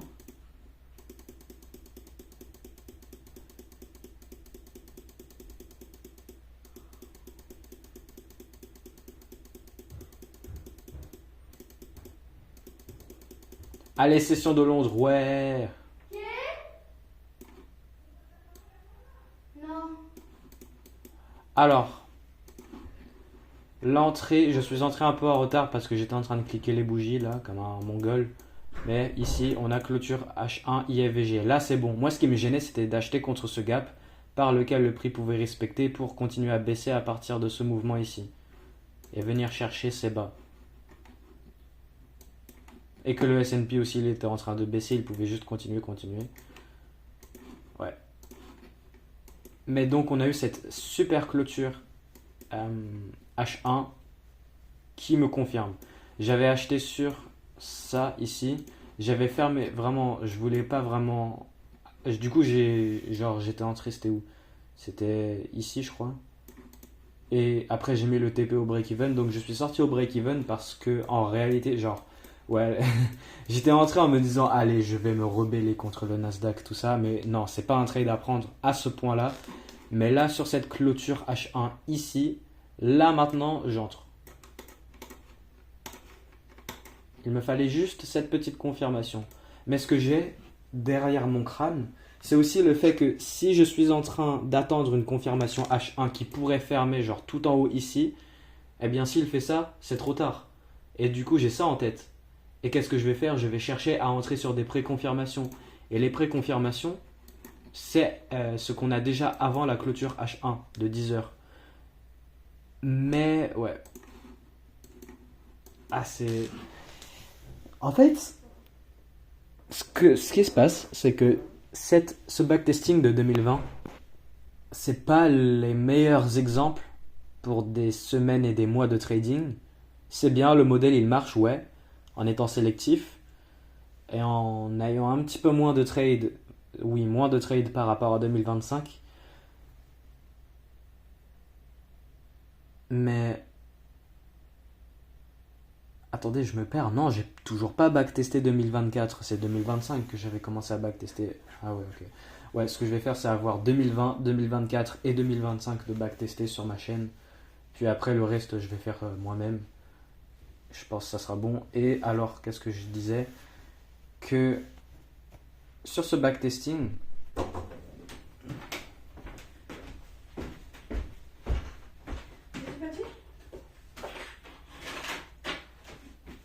estoy hablando. Salí de acá enseguida antes que te corto la cabeza. ¿Un qué? Ah, no, no voy a hacer eso. Je m'étire. Ma mère, elle est entrée vite fait pour prendre un truc et elle est ressortie, voilà. Ce que je disais, c'est que 2020, ce n'est pas la meilleure année en termes d'exemple de mois et de semaines de trading, mais c'est super comme exemple par rapport à l'expérience. Parce que là, on est en train de voir comment je fais des jugements en live et comment des fois j'ai des difficultés à faire des décisions. Parce que moi, je veux être sélectif sur mes trades durant 2020, mais il y a certains trades qui partent sans moi alors que je sais qu'ils vont se faire à haute probabilité. Et ça m'énerve un petit peu, mais derrière, je me dis, ouais, c'est la contrepartie automatique d'être sélectif. Car je sais pas, sur prendre ce même trade 10 fois qui n'est pas si bon au final, eh bien, il va juste gagner 5 fois sur 10, disons. Eh bien, il y a ça. Et en plus, il y a aussi l'effet de, par exemple, là, sur cet exemple-là, je suis en train de me dire que, ok, j'ai pas envie d'acheter à partir du M1, le H1 que j'aime pas du tout. Et que moi, ce que je veux, c'est la IFG H1 pour ne plus respecter ce gap. Pour du coup confirmer beaucoup mieux mon trade qui est déjà confirmé sur le lower time frame. Sur les temporalités plus basses. Et alors, le truc, c'est que moi, je suis en train d'associer ce trade avec des cas qui m'est arrivé par le passé, où je suis en train d'attendre une certaine confirmation pour prendre un trade, mais au moment où cette confirmation plus grande arrive, c'est trop tard pour prendre le trade, parce que ce H1, imaginez, il ferme, genre comme ça, là. Moi, je vais pas acheter là-haut. Ok, c'est quoi cette boîte bizarre? Voilà, comme ça. C'est trop en vrai. Et du coup, pour éviter ça, qu'est-ce que je vais faire? Je vais acheter sur une préconfirmation, ici en M15. Pour ne pas acheter genre tout en haut ici. Si imaginons la clôture H1 se ferait là. Mais le truc, c'est que le hindsight a toujours raison. Et que sur un trade, je vais rater le trade parce que j'étais en train d'attendre une certaine confirmation. Et je vais me dire que, oh ouais, j'aurais dû prendre le trade sur la préconfirmation. Mais sur un autre scénario, je prends un trade sur la préconfirmation en me disant que ouais, si j'attends la plus grande confirmation comme j'ai fait la dernière fois, eh bien cette clôture H1, elle pourrait se faire trop haute et ça sera trop tard pour rentrer. Et j'ai subi ma leçon par rapport à la dernière fois. Et du coup, je termine par prendre mon trade sur cette préconfirmation avant le H1, mais le trade, il va en perte parce que j'aurais été mieux d'attendre le H1. Vous voyez ce que je veux dire ou pas? Je suis en train de mettre ensemble deux trades qui ont deux erreurs qui sont les mêmes mais à l'opposé, c'est deux erreurs parallèles et je les mets ensemble pour m'ajuster à un trade par rapport à un autre. Si tout ce que je raconte fait sens, et oui ça fait sens, je parle comme un bolos mais ça fait complètement sens ce que je suis en train de dire. Et le truc avec ça, c'est que ça c'est vraiment des trucs durs et au final, le hindsight aura toujours raison. Et il faut juste accepter que, ouais, ok, le H1, imaginons sur, ok, on a le setup numéro 1, on a le setup numéro 2. Sur le setup numéro 1, j'attends cette confirmation plus grande, mais au moment où ça se forme, c'est trop tard pour entrer. Et derrière, je me dis en hindsight, ah ouais, j'aurais dû entrer sur la préconfirmation. Donc, je vais prendre cet élément d'expérience du setup numéro 1 et l'emmener vers un setup numéro 2 dans le futur, là où je suis en train d'attendre une certaine confirmation un peu plus grande avant d'entrer. Parce que entrer avant ça, c'est pas très bon. Mais je suis en train de me dire, mais attends, là, ça peut faire comme la dernière fois. Du coup, je vais entrer sur la préconfirmation. Mais derrière, j'entre sur la préconfirmation, je perds et je me dis, oh, j'aurais dû attendre la plus grande confirmation. Et ça, c'est vraiment une dinguerie. Genre, je sais pas si vous vous rendez compte, mais du niveau, genre ça, c'est vraiment des choses, on voit, c'est impossible que vous trouviez ça sur YouTube. Ça n'existe pas sur YouTube, de quoi je suis en train de parler là. Ce genre de sauce d'expérience, ça n'existe pas sur YouTube.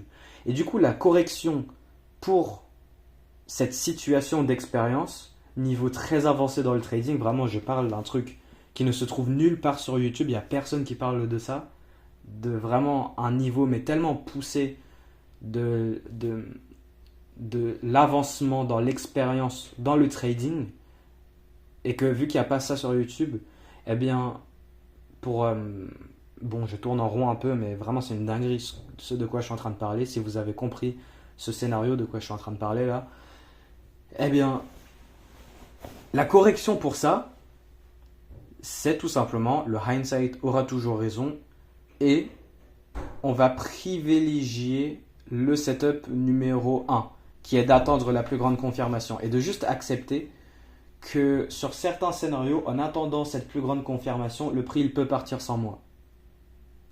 Parce que c'est beaucoup mieux de rater des trades que de prendre une perte en prenant la préconfirmation, mais cette préconfirmation n'est pas vraiment assez bonne vu qu'on attend la plus grande confirmation et que derrière, si le trade il fait perte, eh bien on se dit oh ouais, je suis entré sur la préconfirmation, non, j'aurais dû attendre la plus grande. Et en fait, ce cas numéro 1 où je rate le trade en attendant la plus grande confirmation, elle est meilleure que le cas de perdre en attendant la préconfirmation par peur de se faire rater sur la plus grande confirmation. J'essaye d'expliquer de la meilleure manière possible. Et c'est dit. Donc voilà, c'est ça la correction pour ce truc très avancé dans l'expérience en trading. Ça vraiment, ça se trouve nulle part sur YouTube. Mais nulle part. C'est... En fait, je suis un goth mais qui parle mal. C'est ça le seul problème avec moi en fait. Je suis un goth mais qui parle mal. Et voilà, 2 RR sur ce trade. Donc je suis entré un peu en retard parce que je suis sorti au break-even et après je me suis mis à jouer les bougies en plus en me disant dans mon subconscient que le prix il peut y aller sans moi. Mais en fait non, le prix il peut pas aller sans moi si du coup cette plus grande confirmation que je cherche arrive. Ouais, il se passe quoi? Excusez pour les bruits de fond. Et voilà, 2 RR sur ce trade du coup. Non!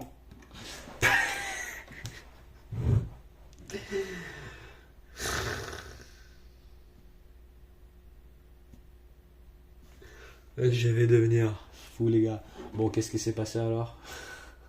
J'avais pas vu quelle heure il est. J'ai fait clic clic clic clic.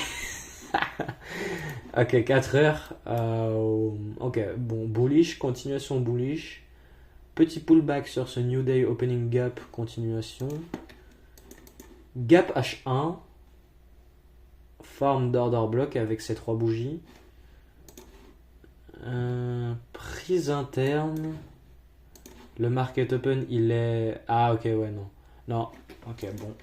Heureusement, j'ai pas acheté de trade. Du coup, on a eu ce retracement, faire value gap H1, petite prise interne, et là on se retourne, mais ça c'est avant le market open.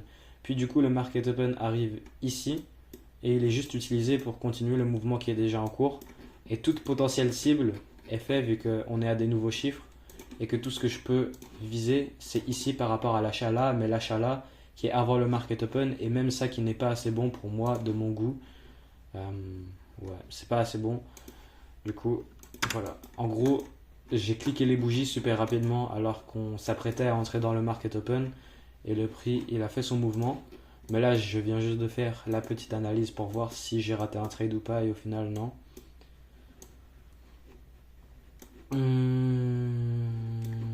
Ok. Suite.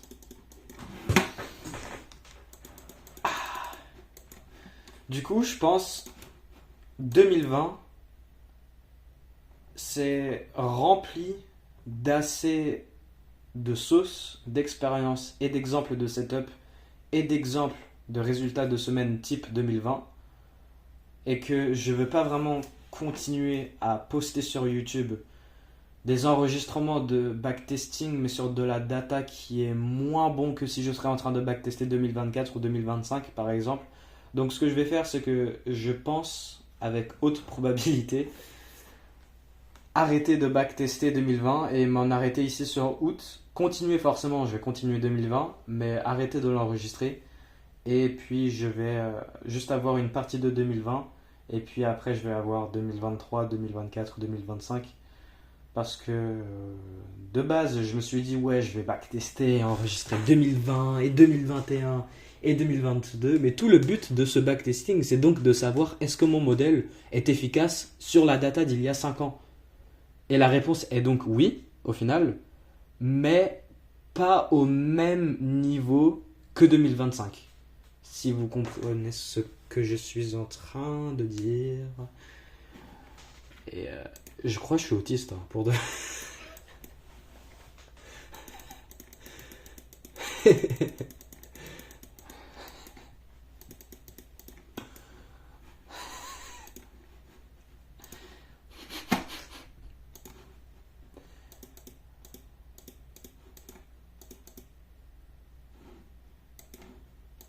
C'est quoi ça? Ok, mercredi. On passe à jeudi. Continue to buy until stop loss.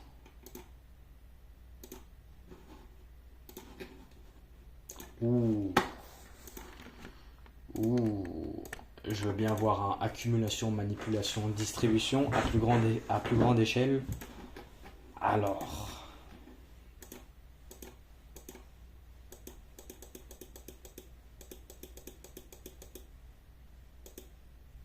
Oh. Bon, pas d'achat pour moi. Market open maintenant. Ouh, ok.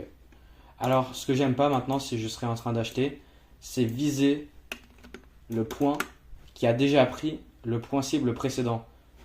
Là, après avoir complété ce forme de petit MMBM pour continuer la tendance bullish et venir prendre ça, après qu'on a fait ça, on a ce retournement agressif pour maintenant venir manipuler les bas pour ensuite potentiellement se retourner et faire la continuation. Mais ce que j'aime pas, c'est que je suis en train de viser le point qui a déjà pris le point précédent et que quoi? Que en fait on peut avoir une réaction bearish par rapport au sweep pour aller un peu plus profondément. Donc là, je peux chercher à acheter, mais déjà avec le retournement, ça sera plutôt proche et le paramétrage de ma position ne me permettra pas d'avoir un 2RR une fois de plus.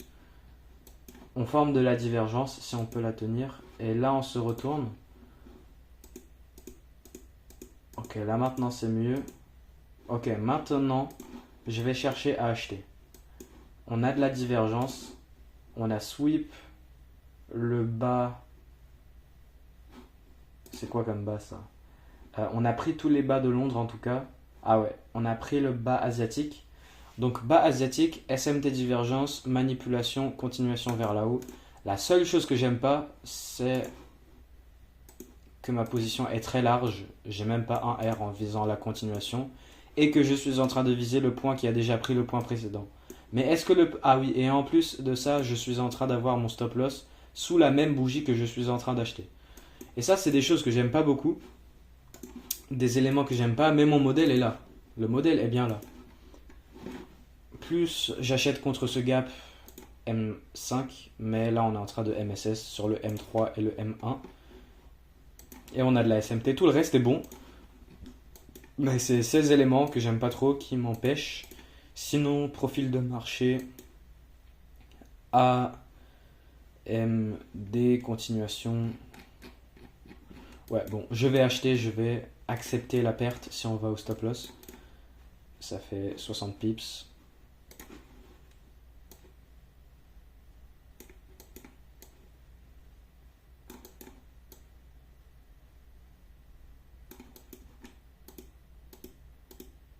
Bouhou!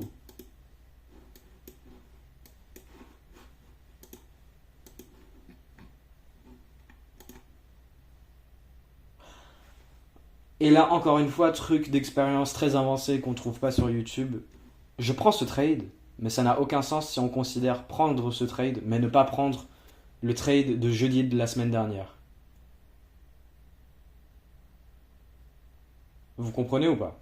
Parce que là, mon modèle se forme. Jeudi, pareil. C'est un scénario à continuation de prolongation de ce qui se fait déjà. Mais...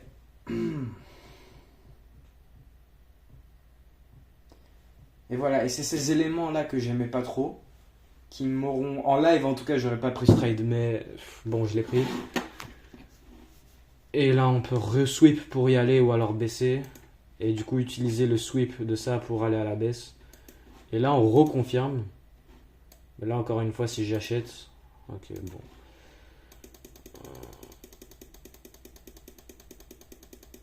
La continuation faite, j'ai pas acheté au bon moment. Ce que j'aimais pas comme élément, c'est du coup, ce que j'ai dit, c'est de viser le point qui a déjà pris le point précédent. C'est aussi d'avoir ce setup type serré, d'avoir vraiment un paramétrage de position qui pue, vu que tout ce que je peux viser, c'est ça. Et en plus, acheter contre le gap M5. Oui, on MSS sur le M3 et le M1, mais on peut donc avoir la réaction à partir du gap M5. Et ça, c'est les éléments que j'aimais pas trop. Et le prix est venu me stop loss pour maintenant faire le vrai retournement pour y aller. On tient la divergence. Divergence, divergence. Pattern free drives 1, 2, 3. Mais bon. Et là, on se retourne après la cible. Et c'est vraiment des scénarios que j'aime pas. Ça pue. Ça, je vends pas. Je vends du vide. Je vends juste un sweep. Bon, situation un petit peu compliquée. Très méchant ce 2020.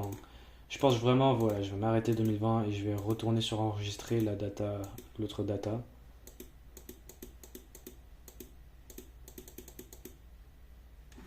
On passe alors à vendredi. Et bon, j'ai acheté ce trade parce que même avec les éléments contredisants, que je n'aime pas du tout, eh bien cette bougie H4, elle aurait quand même pu continuer à monter. Et initialement, moi, ce que j'aurais voulu suivre, c'est cette montée ici, c'est ça. Mais ça, c'est en pré-market. Pour venir atteindre la continuation là. Et je suis en train de viser. En fait, c'est pas vraiment le problème. Parce que Attendez, je vous explique correctement. C'est quoi cette merde? Ok, c'est pas le délire de ça là. Ça n'a rien à voir avec ça. Parce que là, ce qui se passe, c'est que, ouais, là, je suis en train de viser le point qui a pris le point précédent. Mais ça, c'est sur une bonne continuation de tendance. Alors là, alors que sur ce cas-là, le cas de quoi je veux parler, c'est que ça se dit pas trop en mots, c'est vraiment de l'expérience. Mais ce cas, c'est genre de prendre. C'est genre, attendez. Ah, voilà, le mieux que je pourrais le faire, ça serait comme ça. Du coup, là, on retrace et là, on y va. Voilà. Tac, tac. C'est ça que j'aime pas. Là, dans ce cas-là, par exemple, on fait ce MMBM, on atteint le point. Et là, on revient, on utilise le fait qu'on a pris cette buy side pour faire cette réaction, pour faire une réaccumulation, pour faire la continuation bullish. Avec prise interne, SMT divergence, gap là-dedans. Voilà, c'est un exemple schématique. J'ai fait ça un peu au pif. Mais c'est ça là. Et là, du coup, je suis en train de reviser le point qui a pris le point précédent, en plus du fait que c'est un setup serré.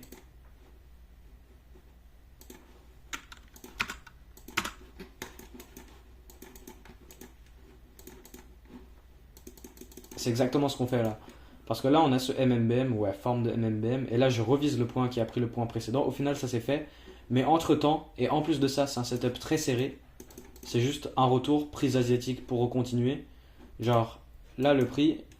En fait, la traduction derrière tout ça, c'est qu'on a atteint ce point et que le prix ne veut pas continuer et continuer à partir de ça. Et même après avoir pris ça, là, il ne veut pas continuer à partir de ce qu'il est. Donc, il va faire cette manipulation à partir de la prise de ça pour venir prendre en dessous pour ensuite maintenant continuer. Mais le setup, il est serré. Et en plus, il y a des éléments que j'aime pas. Mais je l'ai quand même pris. Et le mouvement, au final, il s'est fait. Mais voilà, ça aurait été un break-even. Dans ce cas-là, c'est stop loss, vu que le prix est venu remanipuler pour y aller. Et ça, c'est aussi ce que je prévois dans ce type de setup. C'est que le but de moi prendre mon modèle, c'est la séparation entre là où commence le prix pour aller là où est-ce qu'il doit aller. Et entrer au bon moment, sans se faire stop loss entre temps. Parce qu'on peut avoir bon sur la direction, mais ne pas se faire stop loss entre temps. Et le but de mon modèle, c'est de dire, ok, à partir de ce point-là, là maintenant, il va y aller pour faire la continuation à partir d'ici. Mais là, il revient là pour faire un resweep en tenant de la divergence pour y aller. Ouais. Bon. Maintenant, on passe à vendredi. J'ai quand même pris le trade. Tant pis. En tout cas, ça fait vraiment de la giga sauce d'expérience là sur des conditions d'all-time high en plus. C'est très utile ce genre de type de scénario. Ce type de sauce. C'est quoi que j'avais fait ici? Ouais, ça c'était le break-even. Ouais, ça c'était break-even, j'avais acheté ça. Ça encore une fois, il y avait des éléments que j'aimais pas trop. Ça c'est 2 RR. Et ça c'est stop loss. Ah vraiment, c'est... Et du coup là j'explique toute la justification derrière. Et que ouais, tout ce que je dis, c'est tout ce que je dis. Mais moi, ce qui me gêne derrière, et du coup, je dis, ouais, ok, voilà, c'est bon, cool. Mais derrière, ce que je me dis, c'est que pourquoi est-ce que ça ferait du sens de prendre ce trade, mais de ne pas prendre l'achat de jeudi de la semaine dernière, par exemple? Vous voyez ce que je veux dire? Et c'est ça qui me gêne vraiment. Parce qu'en réalité, ça n'a pas vraiment de sens. Moi, je classe ça en B, mais je l'ai pris. Et qu'en fait, je ne devrais pas prendre de B. Ah! C'est trop gênant pour de vrai. Donc j'ai pris ce trade pour ce que c'est qu'il est, mais je savais qu'il avait beaucoup moins de probabilité.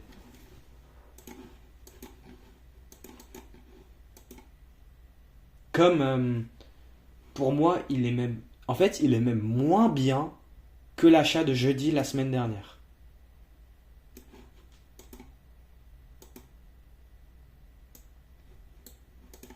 Ça m'embête beaucoup.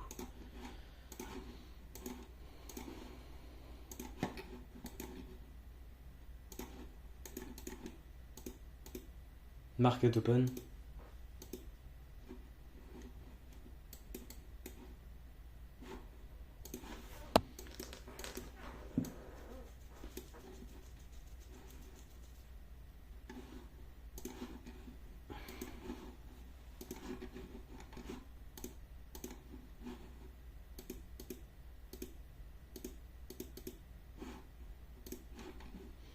Ok, il peut y aller sans moi. Divergence, etc. Type de setup de prolongation. Il continue tout simplement le mouvement qui est déjà en cours, qui s'est fait lancer ici pour continuer la hausse pour aller là-haut à partir de cette zone ici.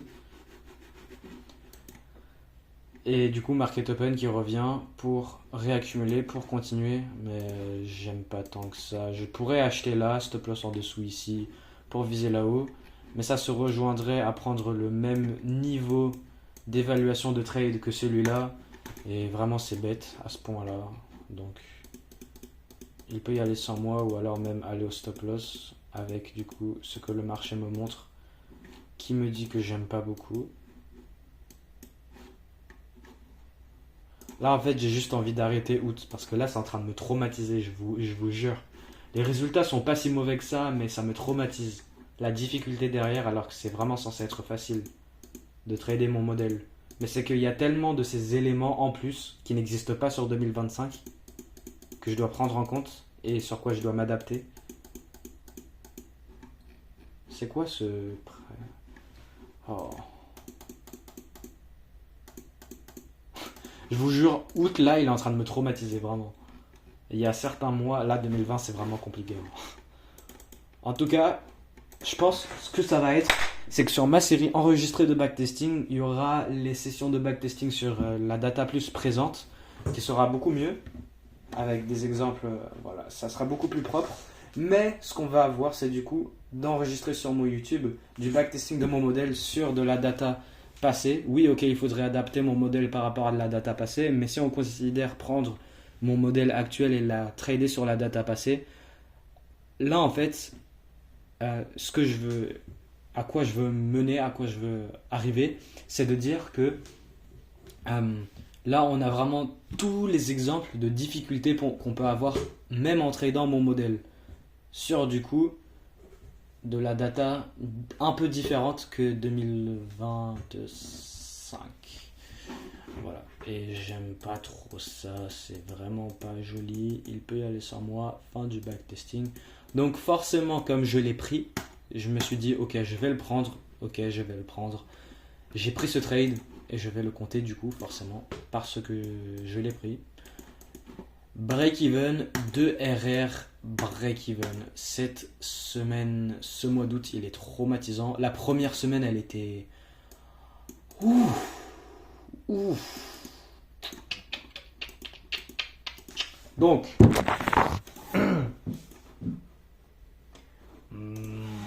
Monday, break-even. Tuesday, cheeseburger.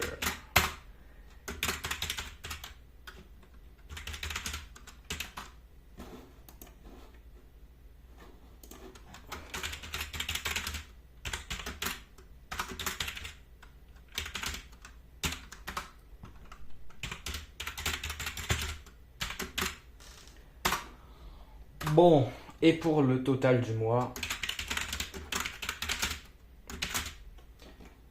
ça fait 3, 4, 6, 9 trades.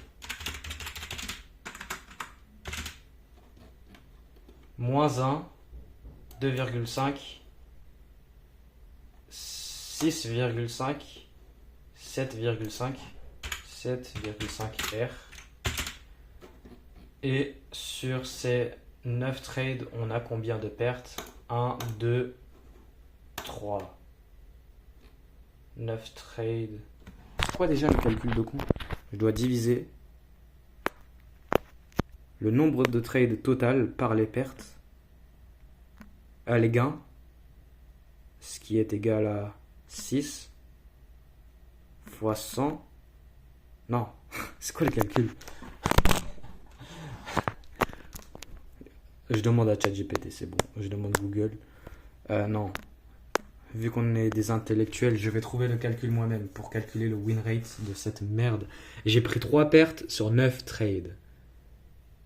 Si ça serait 10 trades, je pourrais facilement dire 70%. Mais, du coup, c'est inférieur. Oh, c'est trop nul. En fait, c'est cette perte ici qui me dérange tellement parce que je ne comprends pas la logique de prendre ce trade ici, mais de ne pas prendre le trade d'ici. Pourquoi? Pourquoi prendre lui, mais ne pas prendre lui? Bon, on va compter quand même. Ok, ça a été brutal, mais voilà. Alors, 9 divisé par 6 fois 100. Non, c'est pas ça. 9 divisé par 3 fois 100. Non. Non, c'est 6 divisé par 9. Ouh. Ah ouais, hein. 66,66%. Du coup, c'est le nombre de gains divisé par le total de trade fois 100. Ok, alors voilà pour ce mois. Voilà, quatrième, troisième, deuxième semaine, première. Très méchant, ça me gêne vraiment de prendre lui mais de ne pas prendre lui. Ça, pour moi, ça ne fait aucun sens. Voir celui-là, il est même moins bien que lui. Mais bon, je vais juste dire tant pis pour moi. Je vais compter ces résultats comme étant comme elles sont.